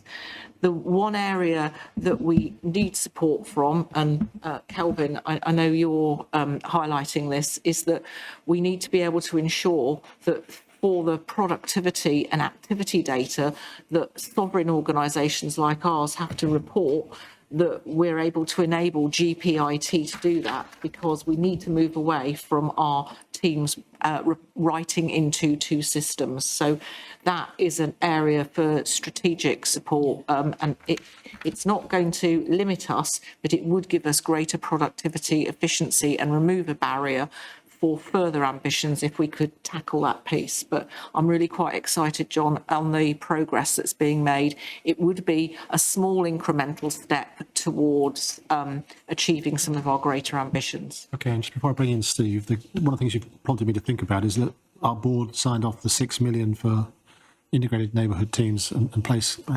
What I was slightly unclear on is the recurrent nature of it. So can you help us there? So we are spending this money recurrently. So this is part of our left shift. So just as we gave ourselves the issue of finding the recurrency to the reform schemes, of which we've now got the work set up across our inpatient organisations, this 6 million is recurrent for INTs, and we're going to have to match it with another 6 million next year. So this is our commitment to left shift of money for neighbourhood development, for left shift of people. And the slides that are in here, I think I've done a disservice actually, because they show off the INTs that are up and running now. Frailty admissions are going down, 65 plus admission attendances are going down, but it won't be sufficiently large at this point for it to be felt, but it's definitely happening. So that is really, really good news. Good. Well, Kate said that. I think slide 23 in the pack, Tier 1 dashboard summary view is possibly one of the most important pages in our full pack of information, not just on this report, but on everything else we see. So I just wanted to acknowledge that. And exactly as Kate has just said, there are to my mind, three key indicators in that slide deck. The change in 65 and older frailty admissions, the change in non-elective acute hospital bed days for those over 65, and then thirdly, the number of people discharged into a P0 approach, and all three are showing positive improvements. That they are three key things that we need to achieve. And I thought the slide deck was fantastic, but potentially that's such an important slide. We need, I think, to draw that out. And just to segue back to Rachel's comment about assurance levels, I think this is relevant to that. From a Royal Cornwall Hospital's perspective, as an example, I think there are 2 aspects which are impacting the board's overall assurance level. One is there is further work to be done to ensure that 100% of our CIP programme is identified and in place at a lower risk level. That's an internal aspect. The external aspect is starting to see this level of assurance that shows the community schemes that we have underway are having an impact. The only question I had on this slide is whether we can say these changes are the impact of integrated neighbourhood teams, or they're the impact of the Frailty Same Day Emergency Care Programme of work, or probably more, in reality, both kind of supporting each other. Maybe can you help us there? Yeah, so it's in reality, it's both. We know that one service on its own or one action on its own isn't going to work. It's actually the combination of the use of those assets and the identification of the right asset for the right patient, so that we actually tackle this in terms of what matters most to patients. If I had the privilege of going to the Bosvina and Three Harbours INT conversation with Trafina, and Trafina's got some really good granular data that shows by practice the impact that is being had. So, but I agree with Steve. I think this slide in the slide deck is absolutely crucial, and if we could build on that for future meetings during the course of this year. How much are we ahead of the curve on others on this? Sorry? How much are we ahead of the curve on this? Because what I sense when I speak to some of my other colleagues around the country, oh, we're doing this, John. So it would be nice to actually evidence some of the stuff that the impact is actually having. So perhaps I could come back. So there are a number of systems across the country, probably 8 to 10, that are really looking at this and looking at it in different ways. Yeah. Having had conversations with the National Association of Primary Care earlier this week, we are still held to be ahead of the curve. I'm not going to say that we're number one, but we're ahead of the curve because of the commitments that we've made to working together across primary care, VCSE and secondary care. And we are beginning to see the impact of that. What they need us to do is, one, go further faster, and two, we need to be able to demonstrate that we are able to scale this so that we need to look at it at 16 INTs, but we also need to be able to look at it at a Cornwall and Isles of Scilly level. And then as we move into the new, more scaled up architecture, how are we going to ensure that we can report on that at scale? So there's still some gaps, but we are influencing at the present moment the national direction of travel. Chris, and then Kelvin. Chris? Yeah, so it's just important for clarity around the dashboard. Just I wanted to thank the BI team and the place directors for putting up with my continuous nagging of getting the dashboard up to speed. It's a work in progress, but in the last week we've got much more. It's important that the Wave 1 INTs sort of are now fine-tuning their trajectories. And so what we've got is month-on-month data in terms of the impact on the metrics that they've agreed to own and load bear, as it were, for their population, and then it compares with last year. So they're going to, they've given, and if you look at the detail in the slide for the Wave 1, they've actually given what they feel are their proposed trajectories, which are conservative to start off with. So this will become a much more live dashboard that we want the INT workforce to use as much as a board to see the assurance. And finally, it will be for all 16 INT. So the important point is you'll be able to see what's having impact. So, in answer to your question, how do you know whether Mary in St Austell INT, her hospital avoidance was because of the work? Well, you can't, because Mary is Mary. But the point is, you can see what's happening, what the impact is on our population. All right. Thank you. Quick observation, Kate. Yeah. So I think we should use the data in this pack, Sanj, as the evidence that the money that FPC were asked to release. I'll pull something together just for FPC after this meeting, but then we can get the money out of the door to free up the clinical time in place so that people can get on with increasing the purchase of our integrated neighbourhood team. That'll help with the assurance. Absolutely. Yeah, but we have to get people freed up to get the activity flowing. I do get that. Yeah. Now, colleagues, I'm conscious of time, so Kelvin, and then I'm going to ask Smitesh to wrap up. Very quickly to say the thing that's different and we're leading on is the integrated neighbourhood teams and the practices are absolutely driving this clinically, but the enabling technology that's supporting them, we've done on a whole system basis. So that scaling question is we will simply be able to scale this in a way that others can't. Well done, you. Fantastic. Wrap us up, Smitesh. Thank you, Chair. Yeah, just 3 quick points from me. Just to second what our Chief Exec has said around freeing up money. I think we've got some real assurance here, so I'd like to see that happen. secondly, just to echo what Debbie said, that, you know, in conversation with the NAPC, they very much felt that Cornwall was a leading edge in terms of what the work we're doing here with INTs. So, you know, that's really reassuring. And secondly, just to reassure the board, all 16 INTs will be invited to the next event in July to encourage to show what we've done with our first wave, and also to encourage that work to expand at pace. At some point, we might need to meet as a board and maybe meet some of the leads on some of that. Yeah, just so we get first-hand experience. Okay, colleagues, I'm conscious of time generally, by the way. Steve, from your seat, please. Just very, very briefly then, just to recognise Cornwall Foundation Trust MIU performance. So the latest information provided there shows that MIU performance in March was 96.8%, really significant, demonstrates really timely access to those services, and was a significant contribution to our systems delivery at a system level of the 78% all-type ED performance in March, which was the sprint in the requirement nationally. So really positive to see that. You'll see in the paper the summary of virtual award.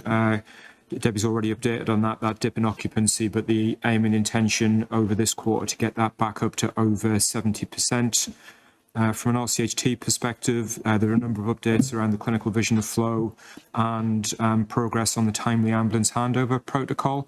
Perhaps just to give a contemporaneous update, John, we were operating a timely ambulance handover protocol 90 with a plan to improve that timely ambulance handover protocol 60 in July. RCH held a clinical vision of flow summit yesterday, and as a result of that, we're accelerating the implementation of timely ambulance handover protocol 60 minutes in daytime hours from yesterday. So that's I think about 7 weeks in advance of the plan, and perhaps an example of what all parts of our system and RCHT need to do to find ways to accelerate the plans. And you'll see in the UHP section that there's quite an update on the £240 million new emergency department and theatres investment, which is their a new hospital programme progressing at pace. So really positive to see those aspects progressing as well. But mindful of time, happy to take any questions or comments. Debbie?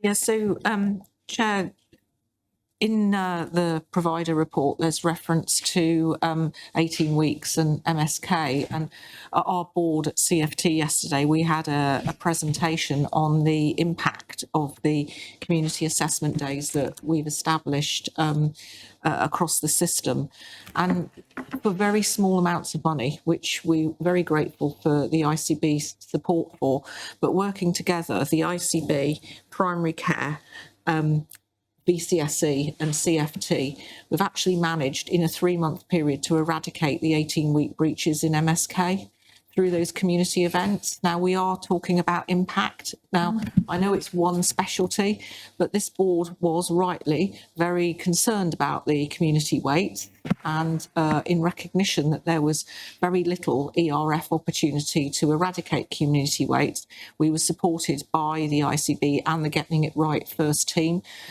Professor Briggs is now going to come to Cornwall and see what we have achieved. Event is happening today at Weybridge Showground. We've got more than 100 people coming. But again, it's another example of how working together with primary care and the BCSE and others, we've really made a big difference, not just to the performance. I mean, the performance is great, but we've made a difference to people, and every project that or every event they've held so far, they have started with what matters most to you as an individual, what outcome do you wish to achieve from this, and we've had superb patient feedback from it. The final point to make is that we asked yesterday the leads for this, well, I asked, what did our staff feel about this when this was suggested? And the majority of our staff were described as wary, cautious and sceptical, and they didn't really know it was going to work. And if you ask the staff now, what's your experience of this? They love it. Our sickness rates have improved, our retention rates have improved, and I know it's only a short period of time, and they are now recommending this approach, which they're calling a community village approach, they're recommending it now to other specialties for us to scale that across other community specialties. So I know we're pressed for time, Chair, and I'm really sorry to take that opportunity, but I think it's also worthy of perhaps a presentation here at some point, just to talk about how you can bring together not just partnership working, but overcome staff scepticism Let's organise and that. wariness. Can you put that on your forward plan? Yeah, thank you for that offer, Cathy. Anything else for Steve? No? So, Debbie, hold the floor with your other hat on, please. Any other thing you want to say from your perspective? No, I think we really want to concentrate today on the Health Watch report. So I think that I've got nothing further to add from a mental health perspective. Okay. On that, Can I just ask a quick question to Debbie? And it's really great, isn't it, to hear the work that's been done around MSK. We did talk at our last board meeting when we submitted the plan about the recovery plan for the other 52 community weights coming back to this board meeting. I know there's lots of work going on, so it's probably just be helpful to have a bit of an update on that for the board. So I'm almost going to dodge the answer. Having just come back from leave, I haven't yet had a chance to sit down with my Chief Operating Officer to go through the plan and gain personal assurance on it. I know that there's been considerable work on it, but I think it needs to come to the next meeting. It is nevertheless an absolute priority for us. okay. Ali's not here. I know that. I think I've covered off the 4 partner members. Now on Health Watch, of course, Debbie's not here. Debbie Gilbert's not here today. So the suggestion is being made that we receive the report and we bring it back to another public meeting, Debbie, and have a proper conversation. Is that all right with you? So, Chair, I'd actually really welcome that in terms of sequencing, because now the report has been published. Yeah. I'm really keen for it to go to our board. So our board hadn't seen the report because of the embargo. Yeah. I would like to thank Debbie Gilbert for the collaborative approach that she instilled in this piece of work. Good. There's learning for us all in terms of how we can improve that collaboration for future pieces of work.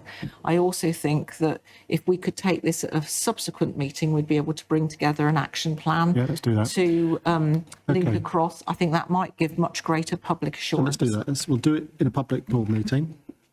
We'll do it after the right time that you feel we can do that. Can you write out on our collective behalf to Debbie Gilbert and thank her for that and what you just said in terms of the way in which she's gone about doing it? I'd be very grateful. Happy with that? Yes, if I could just say one further thing as Chief Executive of CFT, that we really welcome the findings of the report. We welcome the piece of work.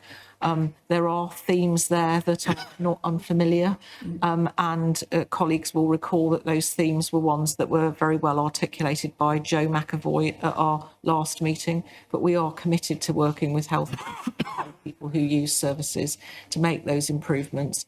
I would just say and reiterate that if anyone is experiencing crisis, that they please should reach out for care and support and assessment through not least NHS 111 Press 2.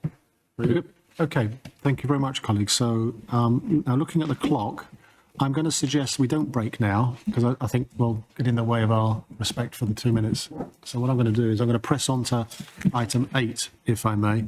And whoever's speaking during item 8, once you hear the buzzer go, would you just be sensitive that it's a 60 seconds, all right? So, so the idea behind item 8 was to begin thinking about looking back at the kinds of things we've done in the last year, or for that matter, since we've started at one level, all right, and starting to record some of the things that we think we would wish to carry forward, any new genre of ICB that flows, such that we don't lose some of the things that we have done well. To celebrate, we spend a lot of our time looking at things that are not always in the best of spaces. So this is an opportunity to just make sure we look at some of the things which we've done well in. When I went through it, it's not a criticism. I think there are some other things that we've done, Kate, across the unitary board. Absolutely. And I'm particularly thinking of CFT and RCHT at this space, and GPs and Emma's area and that kind of thing. So I think there's something about looking through the lens of the unitary board as opposed to just the ICB executive bit of it for a moment. That we can do on another day. So, Susan, where are you, Susan? I'm right Down here. here. Sorry. This is the trouble with this layout. How would you like to take us through this particular section? So I'm very happy to just give a broad overview of the paper. And as you've rightly picked up, there will be inevitably things that have been missed out because we did this at fairly short notice. We have picked up some of the comparisons between last year and this year in the IPR as well. There's a front sheet that explains more of the operational detail. This really was to look at our triple aim, which is where we set out in the joint forward plan. So that's what this paper is focused on. But we've already highlighted some of the really good stuff that's happened. The MSK, for example, is in the paper. So I'm happy just to pull out highlights, but I've got all the right people around the table who can either jog, remind or add to if that's okay. I would like to say, Chair, though, just about the Health Watch report. We had the Integrated Care Partnership yesterday. Debbie Gilbert did attend that and gave an overview of the report. Rather than creating more meetings, because I know we're all very busy, but one of the themes that came out of the meeting yesterday was there's a lack of clarity around which part of the system is doing what, particularly around mental health, learning disabilities and autism. There is an event later this month, I think it's the 21st of May, but I'm probably going to look at my diary now and find out it's a Sunday, I've got the wrong date. We're all partners getting together to look at our priorities within mental health, learning disabilities and autism. It's also going to take account of the Health Watch report, the recommendations and the ongoing recommendations made as a result of the Valdo Calacane incident. So it's just to say we have got something that's happening later this month. And what I'd like to do, and what we recommended yesterday, was if we have a system overall action plan that we can all sign up to and agree, we take ourselves out of that area that we've often got ourselves into, where we have 101 different action plans running and nobody's quite sure who's doing what. So it's just really a plug for that meeting. And I've also reminded colleagues that we have the Mental Health, Learning Disabilities and Autism Programme Board, which Adrian Flynn chairs, and also all of the sector members are invited to that. So just wanted to give that a quick plug to say that we are picking up those recommendations. Okay. Tom. And John, I know you're trying to be brief in this, but one of the other requests that we had yesterday was for a simple one-pager. If we find it difficult to navigate our ways through the system as professionals and embedded in this on a day-to-day basis, for people out there, particularly those people that are really struggling, and families that are really struggling, it's much harder. So one of the requests was to have a simple one page that said that these are the different functions, these are the different places to go, these are the different responsibilities of different organisations, and this is what we do collectively. Simple picture. Who could pick that up, Kate? Is that Lucy or is that? I think it sits with Joe McAvoy, actually, to speak with Rachel Rotherow. And Lucy, if there's anything we need to do it pictorially rather than to have lots of dense writing on a piece of paper, then that's maybe something we could do together. Because I think the point I want to pick up on there, which is why I asked who's going to do it, is something about an internal person will write it with internal language kind of thing. And I'm more thinking about the receiver of it, understanding it. Hence why it just needs to go through the lens of, does my next door neighbour get this? Yeah. So that's the power of service user engagement, isn't it? That actually, we've heard the request. I think it's a rightful request. But if we were to co-design that with people who use services, then actually we would get the language right, John? Yeah, for sure. Who's speaking next? Right. I'll give you the nod when we're going to pause. Go for it. Got another minute. Oh, right, No. I've got a minute. That was a 1 minute warning. No, sorry, that's. I just wondered if it was time to bring it up. There's the mention here about the improvements for women and children. There's a conference in June that a lot of people have been invited to, and I would love it if there was a show of commitment to improving health for women in the county. We've got 2 keynote speakers, as well as a whole group of women with lived experience who are in minoritised communities. And a lot of people have either declined it or not accepted. And I would love it if people could commit to coming along and showing that. We need to, because Dame Leslie Regan's coming to. Dame Leslie Regan and Professor Maggie Ray, both keynote speakers. Okay, colleagues, on that point, 2 minutes silence, so that's okay with everyone. Thank you very much.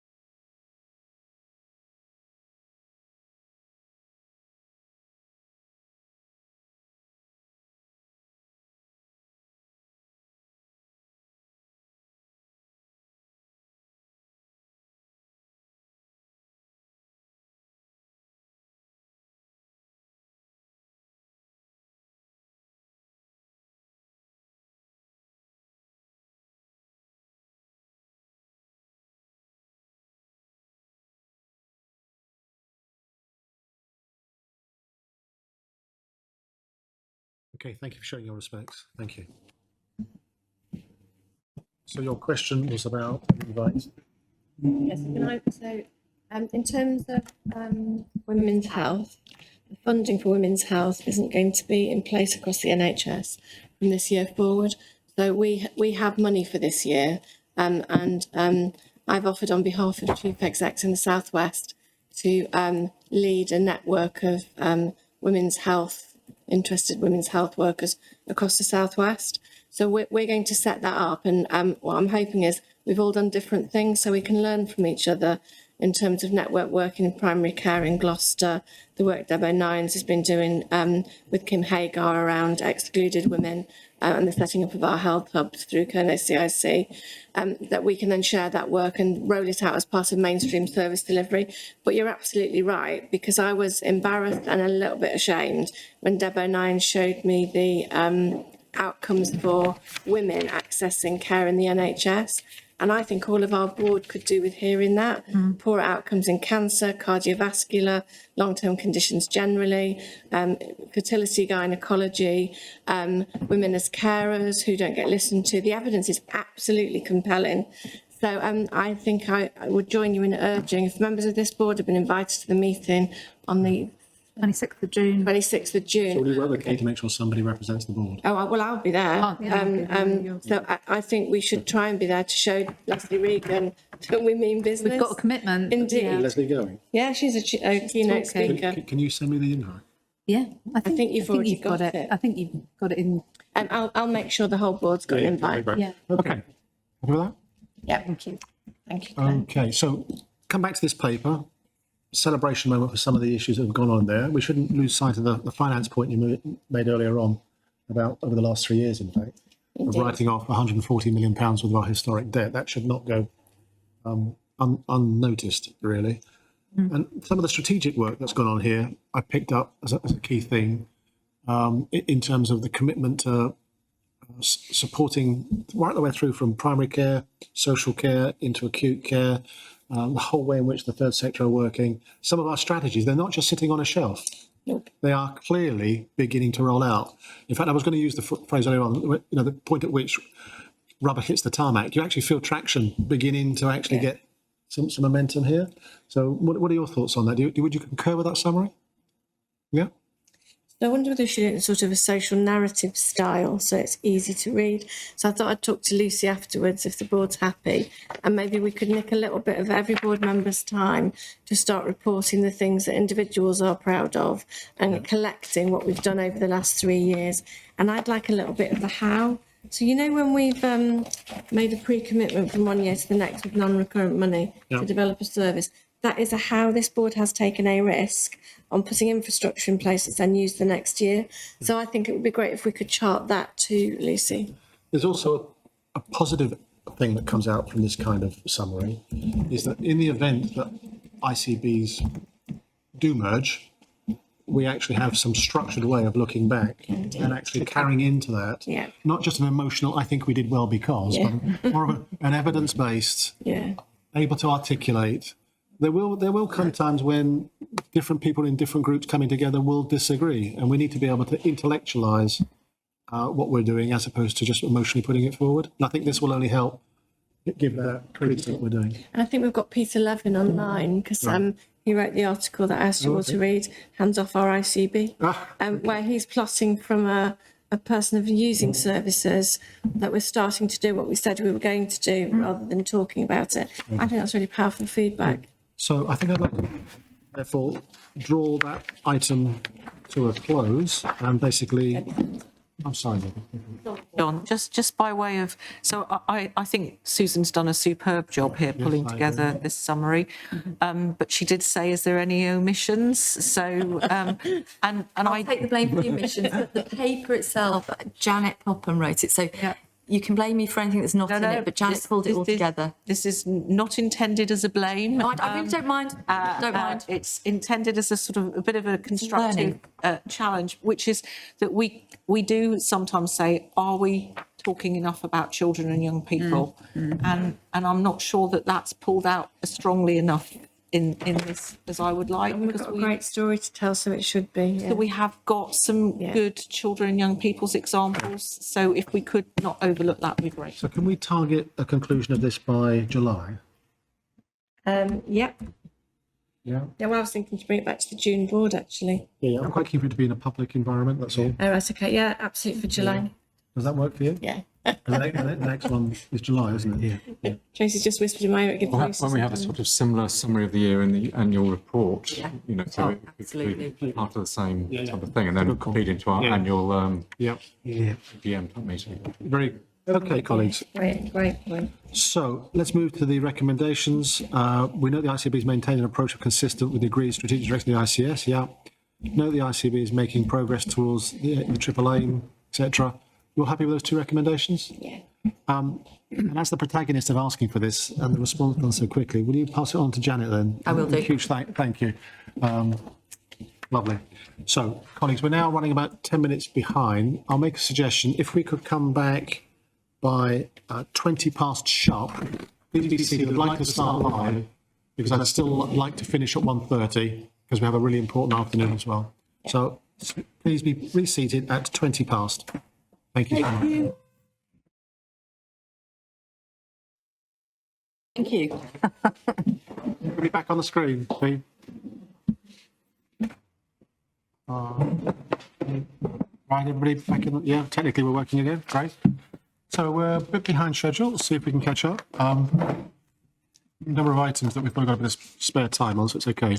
So autism strategy, Susan, would you like to lead us on that, please? Yep, I would do, Chair. Thank you very much. And I would just like to thank partners for the work that's been done in local authority around this autism strategy. And we're asked as an ICB if we could adopt it. I think it would be absolutely the right thing to do. The paper outlines, you've got attachments that outline the strategy for autism, and really just to pull it all together, the strategy is very much in line with the national strategy that came out for children, young people and adults that covered 2021 to 2026. So it's very much the same issues. So this is about improving an understanding and acceptance of autism, strengthening access to education, supporting transition into adulthood, access to health and social care, employment and meaningful lives, improving community support and crisis prevention.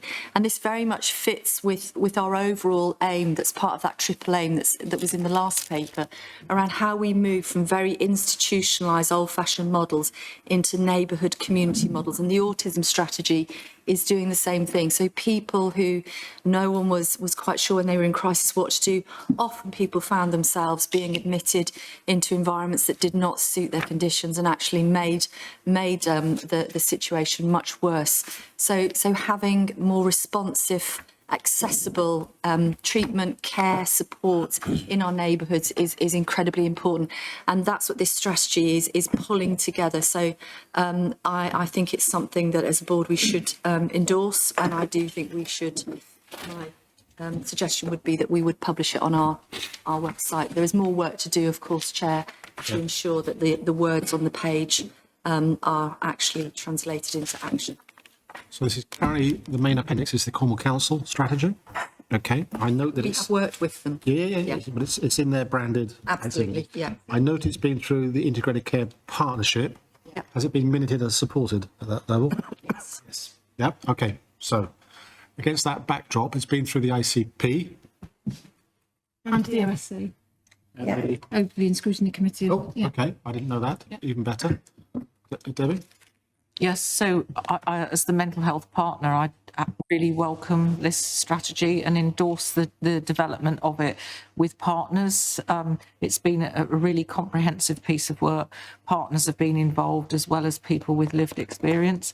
I think it is always important to remind ourselves that autism is not a mental illness or a mental health condition in and of itself, but a significant number of people who are autistic will experience crises at some time in their lives, and they may be mental health crises or physical health crises, but together as a health and care community we need to ensure that we adapt those services and make reasonable adjustments so that being the recipient of assessment and care is much more acceptable to you than it is currently. I really welcome the focus at a system on also elements like housing, because we currently know that we are challenged by a small number of autistic people who have got mental ill health conditions, for whom at the moment community alternatives aren't there or available to them, and they spend far too long and have much longer length of stay in mental health wards than the average. So they are a disadvantaged group when it comes to inpatient mental health care. First of all, welcome Ali, who's on the screen. We noted your apologies for this morning. Welcome now. You've got your hand raised on here. Yeah, thanks, Chair. So I apologise about the dog in the background. I think one of the refreshing things in this strategy is that this is not a commissioning strategy. John, I'll come back in later. Apologies. No, don't worry. Tan? We've all been there. That's fine. Really welcome the joint working on this. One slight question is, do we have any benchmarking on incidence of autism in our population as compared to other areas? So our public health department would do so. We could ask Ewan. Is Ewan still on the call? Yes. Yeah. So Ewan, would you be able to answer that at all? Just repeat that question again. So do we have any benchmarking in terms of the incidence of autism within our Cornish population as compared to other areas of the country? I need to go and look. So within the paper, within the purpose, it gives an overview, but that's if people have sought the diagnosis in the first place. So the figure that we have is about 1.1% of the population have had a diagnosis of autism in Cornwall and the Isles of Scilly. And how does that compare to other areas nationally? Do we know? I don't think we're wildly out, but the caveat with it is those that have got the diagnosis in the first place, and we know that our waiting lists are also very long. Thank you for that, Ali. Back in the room. huge apologies. Come on. I haven't long got back in from court, and the dog obviously got a little bit excited. So I was going to say, Chair, that I'm really grateful for the work the partners have put into developing this strategy. But more importantly, I'm really grateful for the work that our residents have put in. So this has been developed and co-produced with our residents who are autistic across Cornwall, and it's really been overseen and led by those residents. And I think the refreshing thing about this strategy is it's not a commissioning strategy. It's just a strategy about how we are with each other and how we accept each other and how we recognise our differences and respect that. So brilliant piece of work. As Tracy said, Tracy and I had the pleasure of taking this through scrutiny committee a little while ago, and it was fully supported following a significant debate, actually, Tracy, wasn't it? But it was then supported by scrutiny. Excellent piece of work. I'm really proud of our system for producing this. Very good. Okay. Happy to go to the recommendations? Yeah. Okay. So I won't read them out. Go to recommendation 1 in your pack, please. Are you happy to support recommendation 1? Looking around. Yep, we've got that. And the second one is to approve the strategy for publication on our website, uniting with Cornwall Council and their plan to publish on their website. Everybody happy with that? Very. Yeah. So, and thank you to you and your colleagues, Ali, for this as well, and engagement on that. Ali, I want to offer you the opportunity, feel free to say no, but as you were elsewhere this morning, which I understand, you didn't have the chance to cover off any partner member update. Is there anything you want to say? Or if not, I'm happy to move on. I mean, I suppose the key thing to mention for the board, those that everybody probably is aware of this, but we had the local elections last week, and there's been a significant change in the numbers of members we have.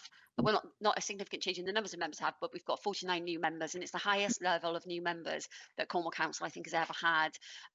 So at the moment, we've got no overall control, and we've got our AGM on the 20th of May, where a leader of the council will be voted in by the council. So lots of stuff's happening at the moment, John. Lots of political negotiations happening, I'm sure, and I'll keep colleagues updated as best I can. I think that's the key thing for today. And what is I didn't quite catch it. What is the date in May when the new leader gets? 20th of May, yes, the AGM, and the council will vote in a new member who will then appoint their cabinet. Yeah, I missed that. Yeah, I thought it was the 20th. Okay, lovely. So we're moving on from autism on that. We're moving to item 10, which is the summary of the final 25-26 system plan. Tracy. Thank you. We wanted to bring it into the public domain with a narrative that spoke to our patients, the wider public and our staff. So we're going to start with a 3-minute video that's been produced, which we will share widely, that I think talks about the key elements of our operating plan and what it means for people. And then I'll come back and pull out a few things from the narrative. So Pete, thank you.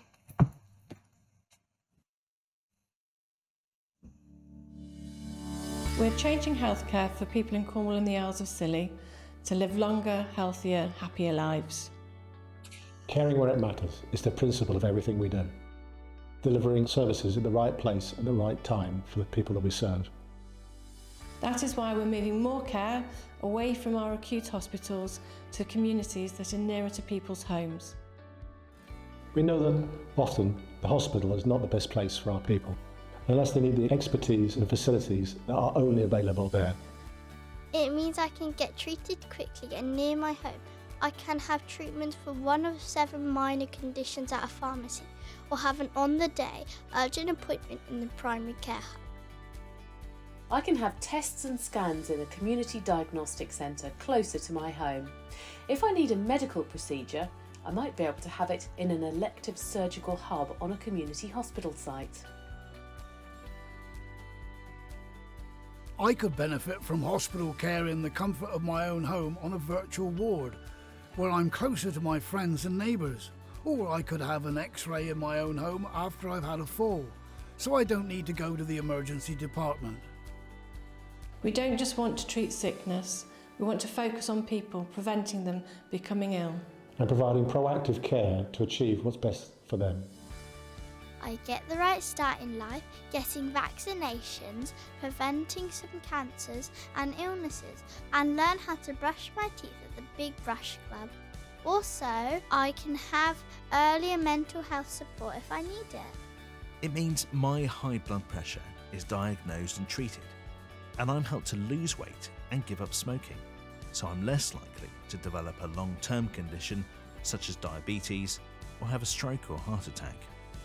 It means I have support in places such as community hubs to keep me more active, gives me company, and it helps with any problems I have, such as accessing grants or dealing with debt.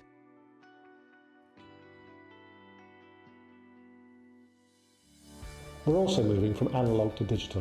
Improving the care for our services and making services more efficient. It means GPs can safely use artificial intelligence to analyse my medical records and identify if I'm at greater risk of needing to be admitted to hospital. If I am, they can support me to stay well and stay at home. It means my medical records are available electronically to people who need to treat me, and that I can find out information such as results of tests on the NHS app. And I can have a virtual appointment, saving me from taking time off work or away from my children. It means everyone can live longer, healthier, happier lives.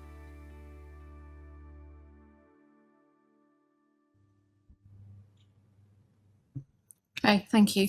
So I think that just is a nice way of sharing it with a much wider audience. We've also got our operating plan on a page.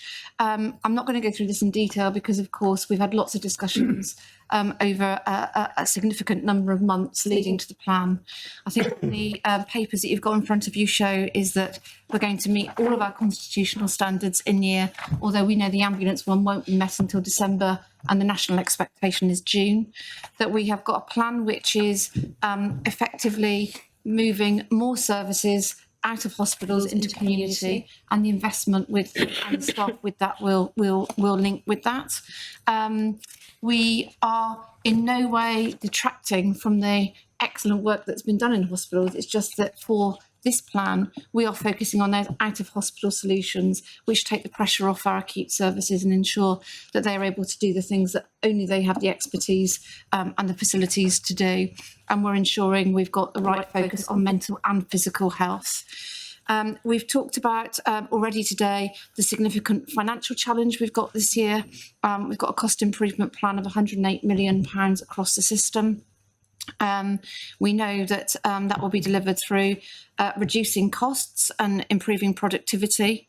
We know that that will include resizing our workforce. Some of that will be also around the redeployment of more staff into the community to follow the services, but also improved workforce productivity and enabled by our new models, which will reduce some of the pressures and the escalation that leads to bank and agency staff within hospitals, and also resizing and changing the use of our hospital beds in both our acute and community hospitals. So we have more short-term beds, we have more virtual beds, so people are being supported in their own home. And when we talk about value, we're talking about financial and social value. So we're talking about the investment we continue to make in the voluntary sector, not just in spite of, but because of our financial pressures, because we know that they can add value, and our refreshed plan to work towards net zero carbon emissions, which is of social value. There's also a virtuous circle, because if we create health creation and allow more people to remain well and in their own homes, we reduce travel, we reduce the usage of the equipment in the hospitals that create the most carbon, and we deliver on our green agenda as well. We've talked about our digital advances, we've talked about our state enablers, and those are continuing to grow. So even since our last meeting, we've had approval for some of our capital schemes that will, for example, allow another same-day emergency care centre at St Austell Community Hospital. And we've talked about the facilities here, both in our acute facilities, the Women and Children's Hospital enabling projects and the integrated care facility on the Isles of Scilly. There is also increasing national policy towards extending our urgent care provision, including through designated urgent treatment centres, and that will mean we'll have to relook at all of our out-of-hospital urgent care over this year as well.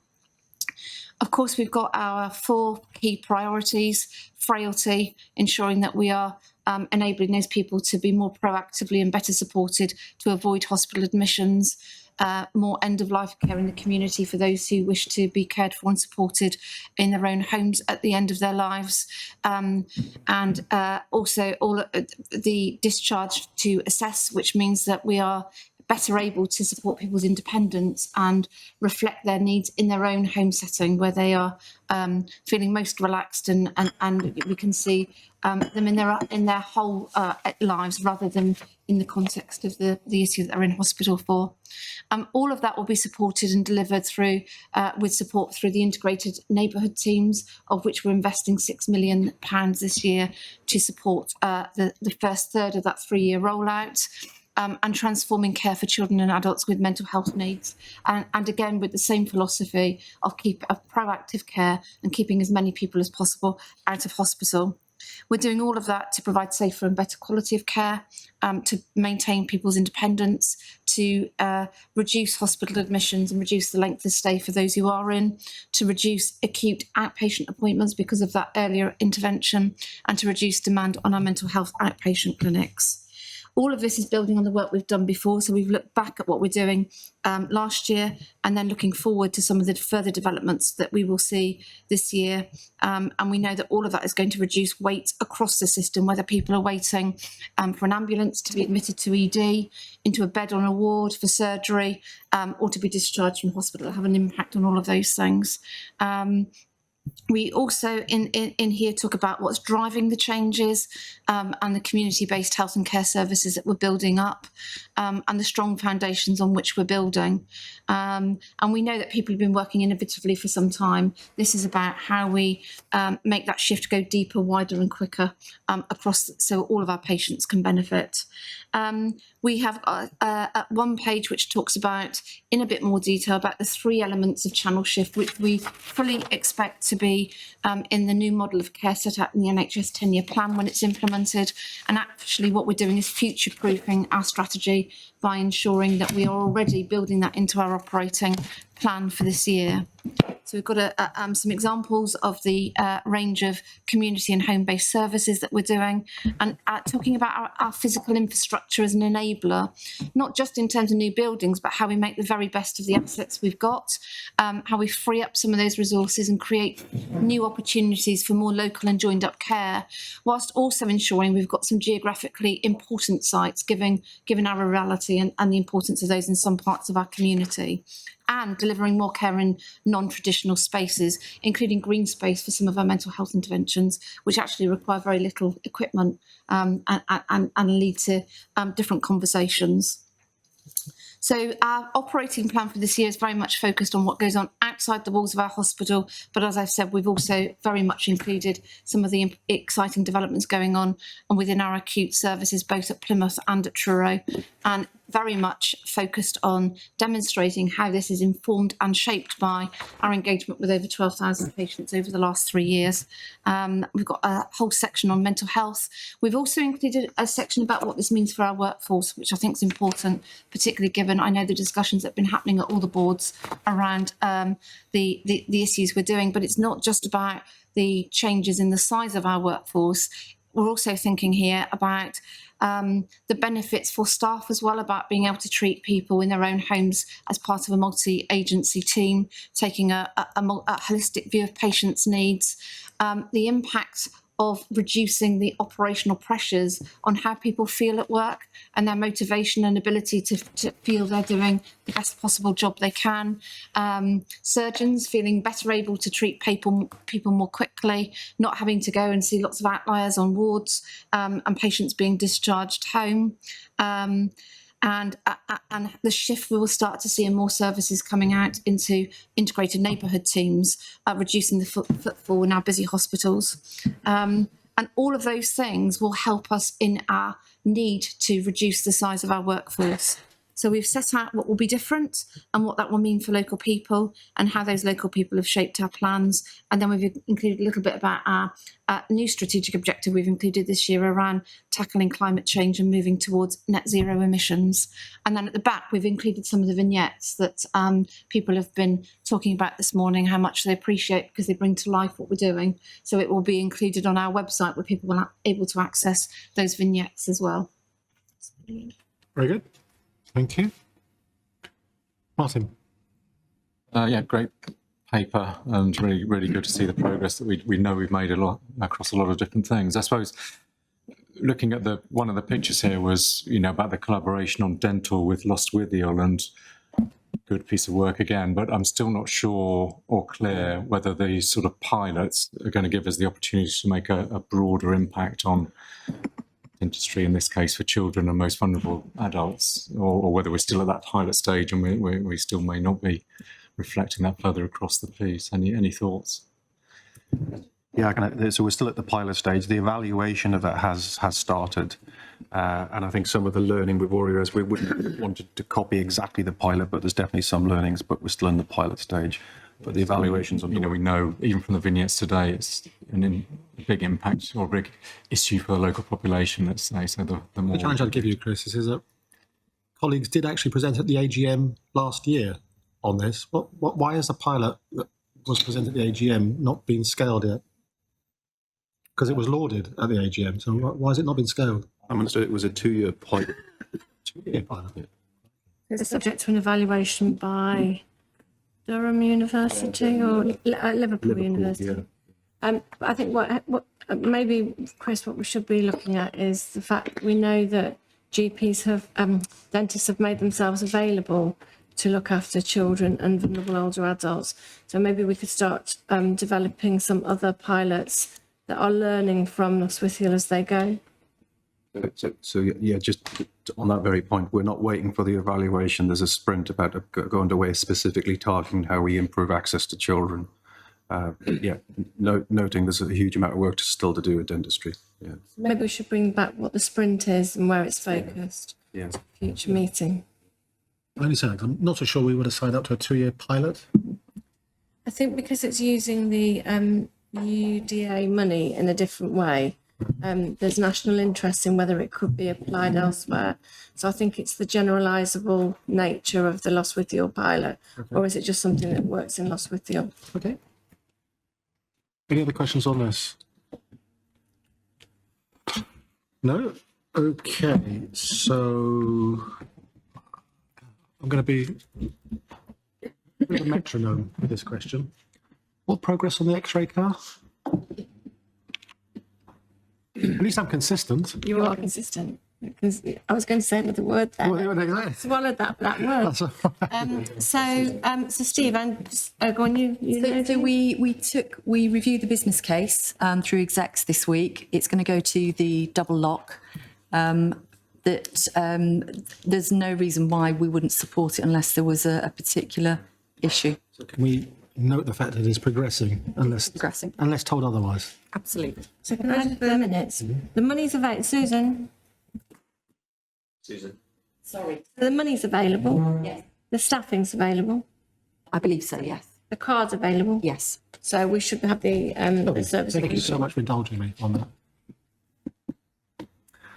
Very good. Right, so let's move to the recommendations. Receive the operating plan. Endorse the narrative in this report. Are we happy to take that recommendation? Lovely. Thank you so much. Item 11, performance update. So, Susan, we're in your hands again. So if I'll keep it fairly brief, Chair, if that's okay, because as always, our IPR is historical data. It's validated data, so it's the most up-to-date data that we have in terms of it being validated, but we all know our local intelligence. So it covers the period of February to March this year, and as always, details performance on urgent and emergency care, elective and cancer care, mental health care, primary care, all of which are articulated in the NHS England Single Oversight Framework and our national constitutional standards. We've also, which I'll hand over to my colleague, includes financial performance up to March of 2025. So there's lots of detail, there's lots of information. What we have taken the opportunity to do with this IPR, Integrated Performance Report, is just to give a view of where we started the year and where we're ending up. And it gives a bit of a mixed picture. I won't go through everything, but as we've just discussed in that look back over the last year, we've seen some really fantastic improvements in waiting lists particularly. We are looking at a target overall. Now we're concentrating on our 52-week waits, so people who've waited over a year for treatment. That has to be at 1% by next year of the overall waiting list number. We are currently sitting at 1.5%. So some phenomenal work has been done to reduce those backlogs, reduce the waiting list. Debbie had already outlined the work that's been done around musculoskeletal, which is such an important piece of work, because those individuals would sit on a waiting list and continue to deteriorate. So having programs like this is really important, and we do need to look at whether or not we can use that and replicate it across other similar types of conditions. I think the area where we're also not seeing as much benefits as we'd like to is our out of area placements. So we've set ourselves a very, very clear target for out of area placements. We're about 12 adrift. So we've got 12 people who are out of area for mental health placements than we would want to be at this time.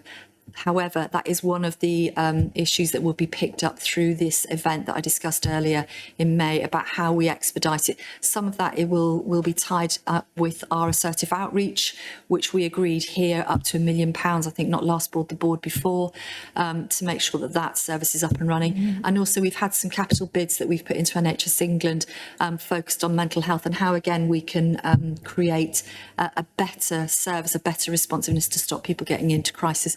So still more work to do in mental health. As always, it's an incredibly busy service and often at Opal 4, but that's not to say we don't keep a very close focus on that through our morning meetings that we do as a system. We have touched upon urgent and emergency care. Back in April, there was a summit which was led by our chief executives. 7 priorities were agreed, and we are now running a weekly UEC, urgent and emergency care meeting. NHS England have put that in, are allowed us to put that in place of the Tier 1 meeting that we were doing with regional colleagues. So through that meeting, we are going through each of those priorities in a very slick, quick fashion that's very much driven by data and evidence. We will have our dashboard ready for our next urgent and emergency care meeting next week. Rachel just come through the door, attends that meeting alongside Lisa Manson, so that they're able to hold us to account for those activities. We have, however, agreed as a system that we know that people are spending too long in our ED department. We know that our ambulances are being delayed, and as a system, we need to take responsibility collectively for that. So we are going to organise a rapid review, which is within the governance framework set out by NHS England. If we have quality issues, particularly around harm, we should be reviewing through the lens of a rapid review. So our providers are going to do their internal meetings first in order to prepare, and then we will come together as a system for a urgent and emergency care rapid review. And in that chair, we will be reviewing the 7 priorities. One of the things that we are really clear about is we have consistently looked at all of our strategic objectives as a system. However, we have created lots and lots of action plans. So these 7 priorities are very, very much laser focused in on the issues that we need to solve for our population. We have, within the report, we also have our performance in primary care. We have also detailed within there some of those other areas that we've got concerns. So sepsis, there's been a big piece of work done on sepsis as a system. We will take that through our quality committee. We know this is an area from children right the way through to adults that can be missed. It's a condition that can be missed and missed easily. So having a focus on that is incredibly important, and making sure that our ED department, our ambulance services are able to administer early treatment is incredibly important, the golden hour. We've also took, from a quality perspective, a focus on our fractured neck of femur pathways. Again, this is another condition that can see a high mortality rate if people aren't cared for very quickly. There's a 36-hour target of people with a fractured neck of femur getting to theatre that we have to hit. So we are continually reviewing that and working on. We went from a 36% position to a 50% position, and we continue to improve on that. Stroke again remains a challenge for us as a system, and Tracy touched upon issues of having people outlying. So if you're on a ward that's there to look after your particular condition, stroke being one of them, we know the research tells us the outcomes are so much better. If you're outlied onto a ward like a surgical unit, for example, your outcomes are not as good. Your length of stay is longer. So supporting RCHT to reduce outliers is incredibly important, and how we manage our stroke pathway, not just within RCHT, but in the community, getting people repatriated at home with support is incredibly important. We've touched upon the timely handover protocol. So RCHT, Steve has just alluded to the fact we've moved from 90 minutes to 60 minutes. So that's ahead of the trajectory that we had already submitted to NHS England. So that's fantastic news. And again, this comes back to the responsiveness and the timeliness of our ambulances in being able to get to patients who have not overrun the numbers. So I will leave it there. It's a very quick canter through. All of the information's in our IPR. Thank you. Thank you so much. Steve, in your earlier report, you wanted to come back to the performance report. Is there anything you want to add at this particular moment? I wonder if I could comment in my Royal Common Hospitals Chief Executive hat rather than my NHS partner provider hat. So absolutely support the summary that Susan has given. Mindful of the intention for a rapid review meeting for the reasons that Susan's outlined.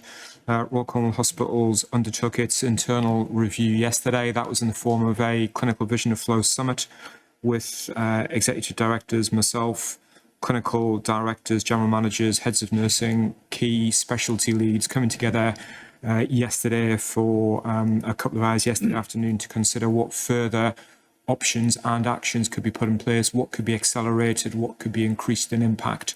And as I mentioned earlier, and Susan just alluded to, that included accelerating the implementation of timely ambulance handover protocol 60.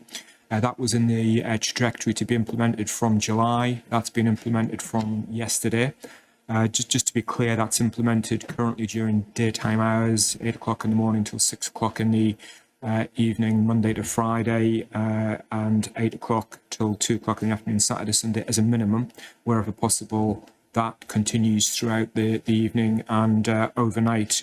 But we haven't yet been able to move to 24/7 implementation timely ambulance handover protocol. That's certainly something that we're determined to do going forward.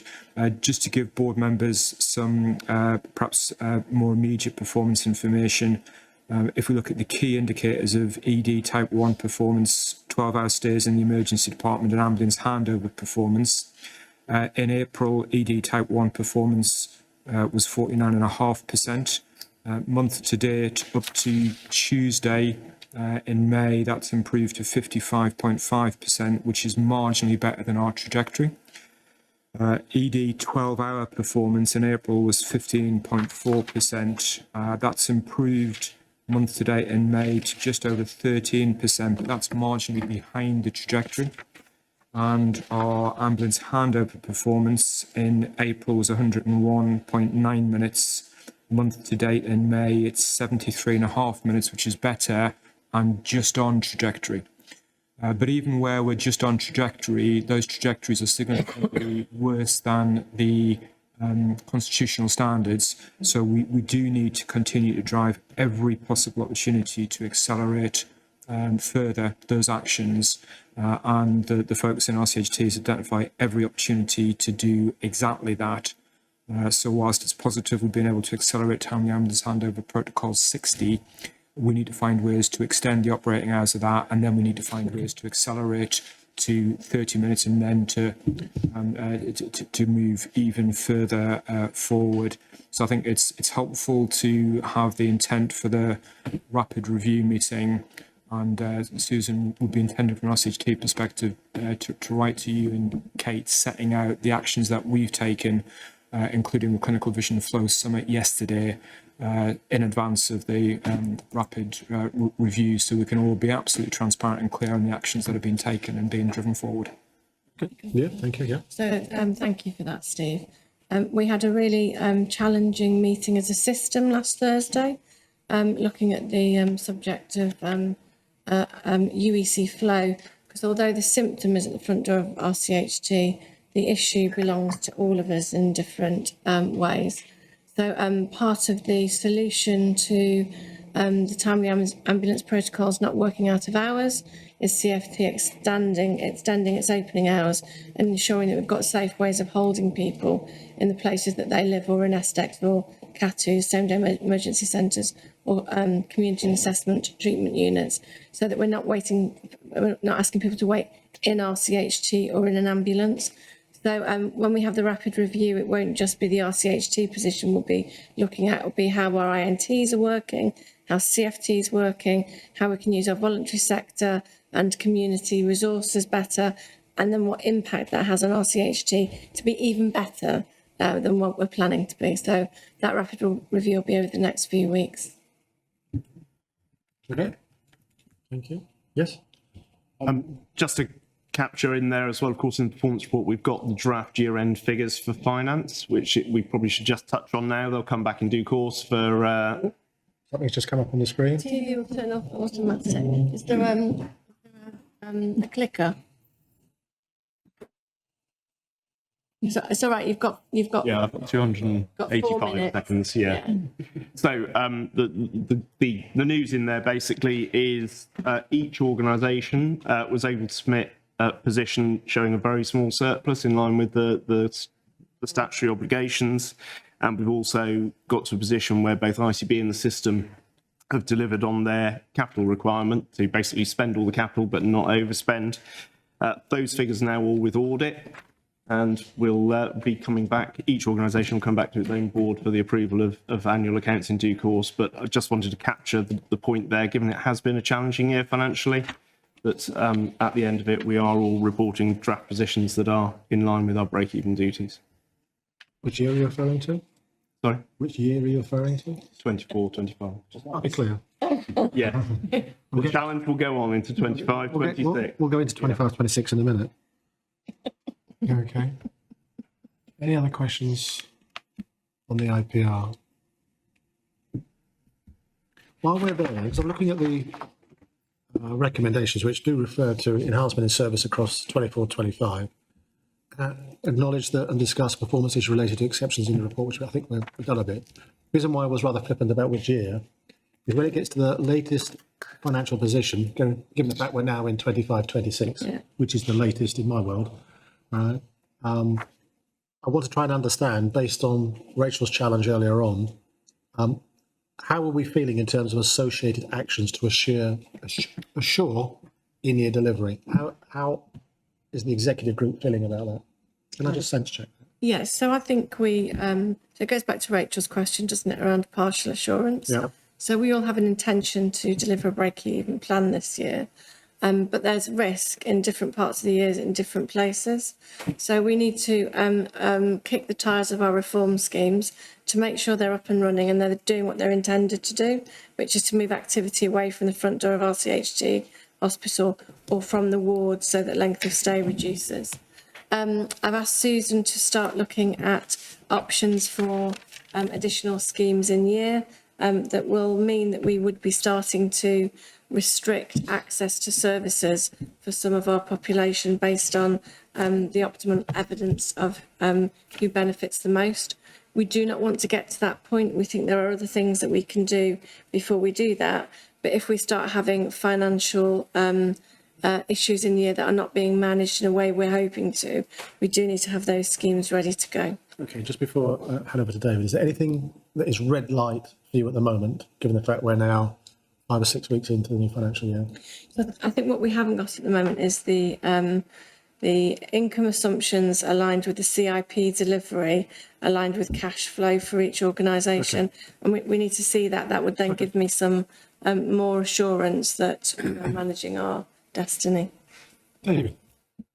I don't want to take up too much time as an observer, Chair, but if I could just give a quick overview of the governance arrangements we've put in place at RCHT to provide some more assurance. As Rachel has said, the position on delivery has to be partial at the moment, given the extent of the risk. But of course, it's an ongoing process, and as the year unwinds, hopefully we'll be able to move more towards full assurance. I made a statement to the board last week, which is on YouTube, which you can all watch. As evident. If you're not going to be used against you. to do. Another feeling. Where I clearly stated that we need to be better than our previous best. We need to fight for every minute of ambulance handover, every pound of savings, and every percentage point of elective care. And in terms of the overall oversight, which Steve has fully supported, we now have a weekly dashboard which we send to all of our directors, including the non-executives, and they come back to Steve as they did yesterday with comments and suggestions. We're focusing non-executive walkarounds on the emergency department. I spent an hour and a half there yesterday, going around the whole department, talking to consultants, senior nursing staff and senior managers, and also going to the SDEC area, the acute frailty and medical unit, the triage areas, so that I could observe for myself, how the flow is working. And I must say I was impressed at the way that everyone knew their job, knew what they had to do, and was trying to contribute to the flow through the hospital. And then I went to the discharge lounge as well and met some of the patients waiting for discharge. And on the financial front, again, we're having monthly reports now on our financial position as the monthly results come through. And I think it's fair to say that we've got a forensic line of sight to cash, a really rigorous forensic line of sight to cash, supported by our Chief Financial Officer and by Steve. So I think the board is well sighted on the challenges, and we'll be carefully monitoring it, because it's so ambitious that if there is any slippage, it gets very hard to pull it back. So that's just a piece of governance assurance to add to Steve's assurance as a board member. Really, thank you for that. That's really important.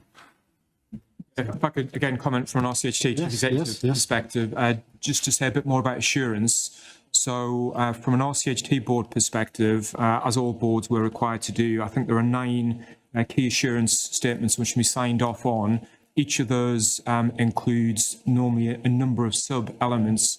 There was one element in that board assurance framework that Royal Cornwall Hospital signed off as a partial assurance, so 1 out of the 9. And it was one subset of one part of one of those questions. And that was around there is further work to be done to ensure that we move to 100% identified cost improvement, and we move more of the cost improvement programme from a red risk to a amber or green risk. So just want us to be clear that was the only element where Royal Cornwall Hospital's board took the view of partial assurance, and we're doing everything we can to close that to full assurance. Very good. And colleagues, maybe as the day goes on, one of the things I'd like to try and understand is, I'm looking to David, who's the chair of your board. Your board is clearly, that's what you just said, you've got your governance structures in place, you're doing that activity on a sort of, feels like an hourly, weekly kind of basis. If you're assured as a board, I'd just like to unpack, maybe as the day goes on, why there is a difference of opinion, if there still is, on that. But maybe we could pick that up later on, because this would be a moment then to sort of align more closely in terms of assurance if we can. The day goes on. Is that all right with you? We pick it up later. Okay, happy to move on, colleagues? Yeah. So recommendations, there's 3 of them. I'm not going to read them out. Please scan your papers. Are you happy for me to sign off the 3 recommendations on your behalf? Yeah. Yeah. Lovely. Thank you very much indeed. Patrick, staff survey results. Now, we've read the paper. Yep. Where do you want to take us on this? Yeah, there's a few things I'd like to draw out if I could. So I'll make reference to the paper that's published. These survey results were published in March. They were based on feedback received in October, November of last year. And that was at a time in the ICB when our new operating model was being established following significant change and reductions that had taken place in the preceding 12 months. I'll just point to the table in 4.3, PowerPoint 4.3, that sets out our position in comparison with other ICBs and national averages in terms of best results, worst results. And the report also sets out some areas of improvement in our results on the previous year and areas of declines. And I just wanted to put a bit of context around that. I mean, these are a challenging set of results for the ICB. And in our analysis and understanding of those, we have compared them with other sources of staff feedback that we've had through face-to-face engagement, staff away days, and so on. And it was really clear from that in aggregate that what colleagues were saying to the organisation is they wanted to understand more about how their roles contribute to the purpose of the ICB, how they impact system priorities, and the free text comments that accompanied the survey also commented quite a bit on role autonomy and decision making within our organisation and career development. All of those factors reflect the circumstances that the ICB was in at the point where this survey and the one preceding that was undertaken. And as a particular feature of that period of time is that our extended leadership team was itself part of that process. So the flow of information up and down the organisation through that period of redesign will have been a factor in the connection that people will have felt to what was happening. So just an explanatory bit of context there. In response, so our extended leadership team was formally and kind of finally established completely in 2025, early this year. And we were starting our work on leadership development program to take forward a set of actions that responded to what the survey was telling us, and that will have it's described in the report, but would have focused on developing our internal corporate plan for the ICB. We were going to use that as a vehicle for engagement with all our colleagues on priorities and their contribution to those. We have continued with this because it's become even more important to implement a manager-led in-person engagement process using storytelling techniques. So we've reached recently about 150 of our colleagues through that process. We were also launching our internal training plan, focusing on the capabilities that our new operating model was really going to need more of. So commissioning, our CRG development, our INT and place development would all have been internal development activities that we were undertaking, as well as some of the basics, focusing on appraisals, objective settings. We had a specific work programme on closing the gender pay gap that we were about to take forward, and also use the Bodmin HQ as a vehicle for tackling some of the issues we have about in-person versus home working. So I'm using past tense for that plan because these were all the intentions that we were building in January and February with our extended leadership team prior to the recent March announcements. And obviously that's changed the context for our engagement work that's been undertaken since. So we have rapidly pivoted the plan that we were working on and moved that much more focused and urgently toward making sure our colleagues are informed and can understand the context of the changes that will be taking place later this year. And in particular on supporting them in the personal and professional impacts that those changes are going to have for a significant number of ICB staff. So since March, we've held multiple staff briefings as national announcements have happened. I'd say half a dozen whole organisation virtual briefings have been held. As I say, we've reached about 150 of our staff with director-led in-person staff briefings that are focused on two things. One is the delivery of our operating plan that we've just been discussing, because there's a lot riding on delivery of that, and we need people to be focused on that, but also, of course, to be opening up opportunities to discuss the future changes.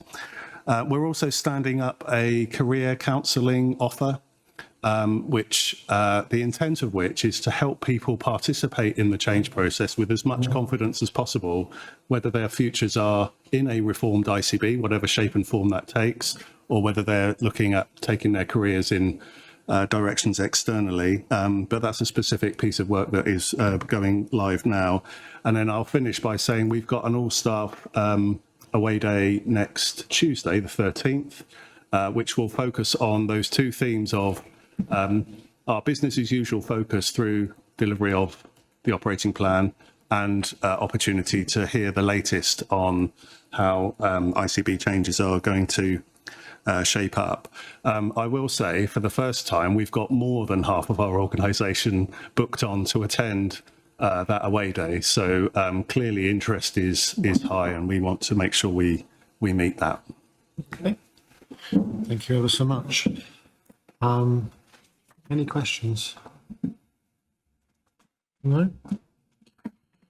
I suppose there's a point. We need to use our learning for any processes that you'll be going through. So our staff are already saying that this feels different. What I have reflected back to our people is that it'll feel different at this point in time. Once we start getting a potentially a new executive with a new functionality, they may feel out of the loop again, because we'll be going back into risk pools and a process that's really hard to be part of. Okay, so just before I get to the recommendations, I sneaked on to your stuff briefing. Did you? No, that's cheeky. I didn't know you were there. No, you see, there you go. I'll check next time. I know I shouldn't have said anything. I'll have this non-deplume next time. No, I know. But I just want to say, Kate, I thought you and the team, I mean, you led it. I thought it was compassionate. I thought it was honest. I think it was timely. I think it was really well done. Thank you. In a difficult circumstance, well done you. So let's move to the recommendations. Are you happy? John, can I just say that I guess, you know, as an executive team, given all the work that we had planned, if this hadn't happened, we would have been looking to significantly improve the results by the time we got to the next thing. I think that's important to say for our staff. Yeah, quite right. Yeah. So are you happy for me to accept the recommendations? Yes. Lovely. Thank you very much. Let's move into the annual equalities report, Terry, please. Yes, so we're required under the public sector equality duty to publish equality information on an annual basis, which sets out how we are promoting equality and eliminating discrimination as an employer, and also ensuring that the services that we commission are inclusive. So the report that you have in front of you summarises the data we use, the specific policies, services, service developments and frameworks that have been subject to an equality impact assessment, the engagement and consultation activity that we've undertaken over the year to ensure we're hearing from those groups who have particular protected characteristics. It sets out the breakdown of our workforce against the protected characteristics and how that compares to the broader NHS workforce and the census population in Cornwall, Wales, or Scilly, and how we're supporting that workforce. The last part of the report then also describes the assessment that we've made for the ICB against the Equality Delivery Standard, which is a nationally mandated standard that all NHS organisations have to assess themselves against. There are two domains which are relevant to us as an ICB around workforce health and wellbeing and around inclusive leadership, and you can see the scores for the self-assessment set out in the report. Okay. So we're required to publish this, and I'm asking for the board's approval to do so. So you've read the report. Are you happy to note the contents of the report and for it to be published? Just a short note that I really welcome the progress that's been made on this year. I really welcome the report and its whole. Can I just make a comment that I think we need to be holding ourselves further to account as we go forward in terms of the metrics around intersectionality and around repeating cycles around those families with people with adverse childhood experiences and trauma. It's something for the future and something that we should stretch ourselves with going forward. There's been some great progress, but we need to keep on that path. Build on that. So as a team, this report very much talks about the people that we work with, the people we employ. And for the future, we would like to start looking at our equality information being beyond the employees of the ICB and around equality across the whole of Cornwall and the Isles of Scilly. So we've got a bit at the end of it around inequality. But as we move into the blueprint that we've been given, I think it will become more relevant around the total population. Okay. Very much. So are you happy to note the contents, and are you happy for Terry to publish on our IBCU website? Yes? Please. Thank you. Well done, Terry. Thank you very much. Board Assurance Framework. Yes, thank you. This is the end year BAF report for 24-25. So is obviously a little bit behind the curve, I guess, in terms of timing. The board will note that there have been a number of the risk scores that have been reviewed and updated since we last saw this at the end of Q3. So the risk that our population receive poor outcomes from our services has been reviewed.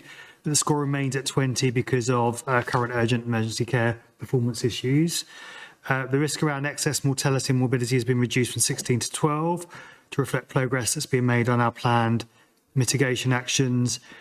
Risks around SIP delivery has been reduced from a score of 20 to 5, and the risk of achieving break-even has been reduced from 15 to 10.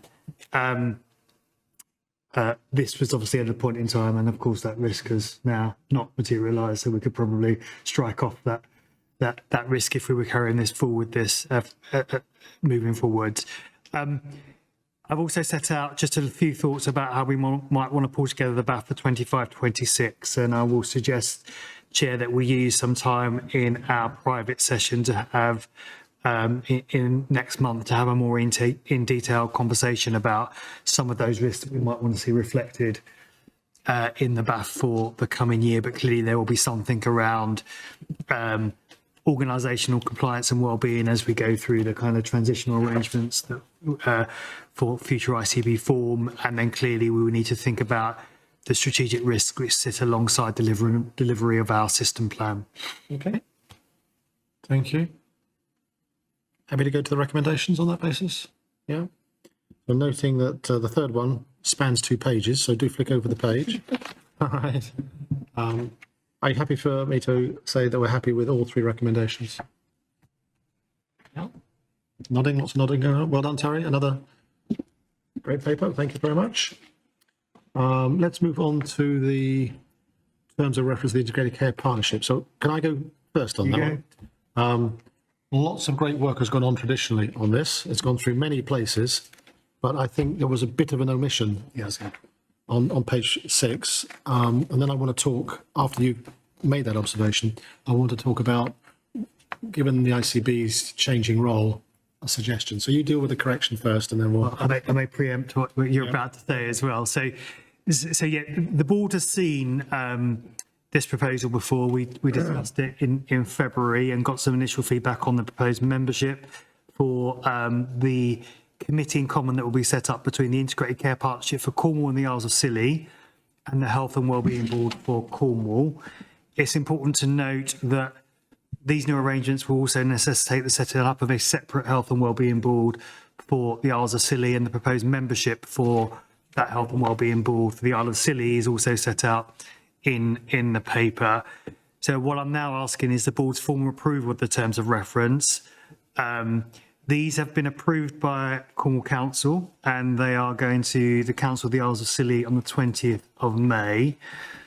And to your point, Chair, just 2 points to note on the terms of reference included. So they should include reference to the Chief Medical Officer. Sorry, Chris, feels like I'm forgetting you all the time. That's been agreed, and we can, Ali has already agreed that she can use the delegation that the full council has given to her to make that amendment in terms of the version that's been approved by the council. So the important point there is, with Cornwall Council and the Isles of Scilly, that's 9 seats. Yes. With the NHS, that's 9 seats. That was always the predication on it. So just so we're 100% clear. Yeah. And then we reviewed these at the ICP yesterday.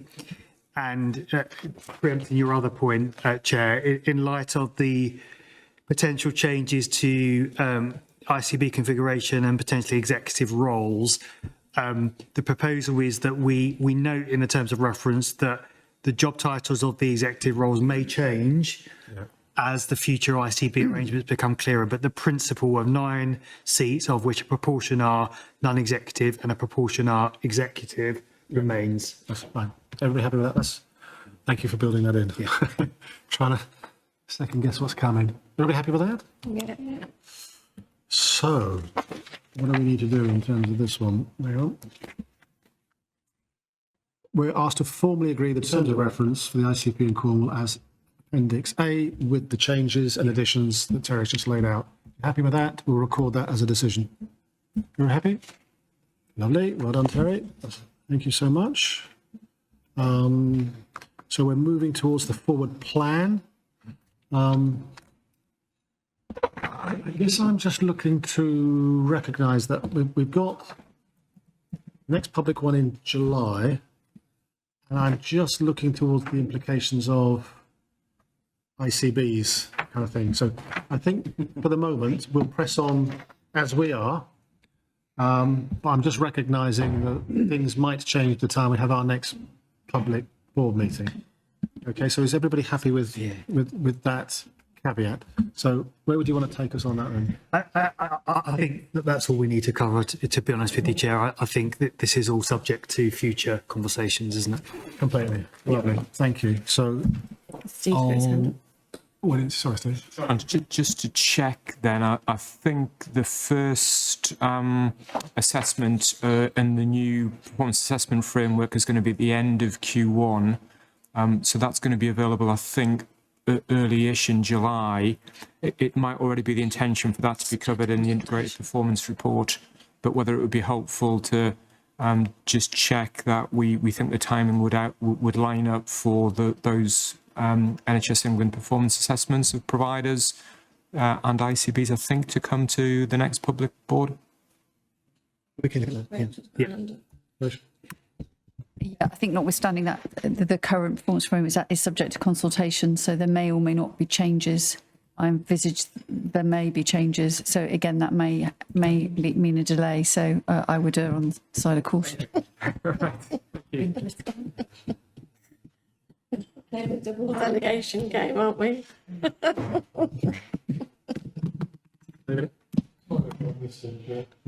So can you just remind us how we're going to deal with the NHS 10-year plan in terms of the forward schedule? So it is at the moment unclear as to when the NHS 10-year plan, although the latest is that it will probably come out before recess of Parliament, which I understand is 22nd of July. July is an interesting month.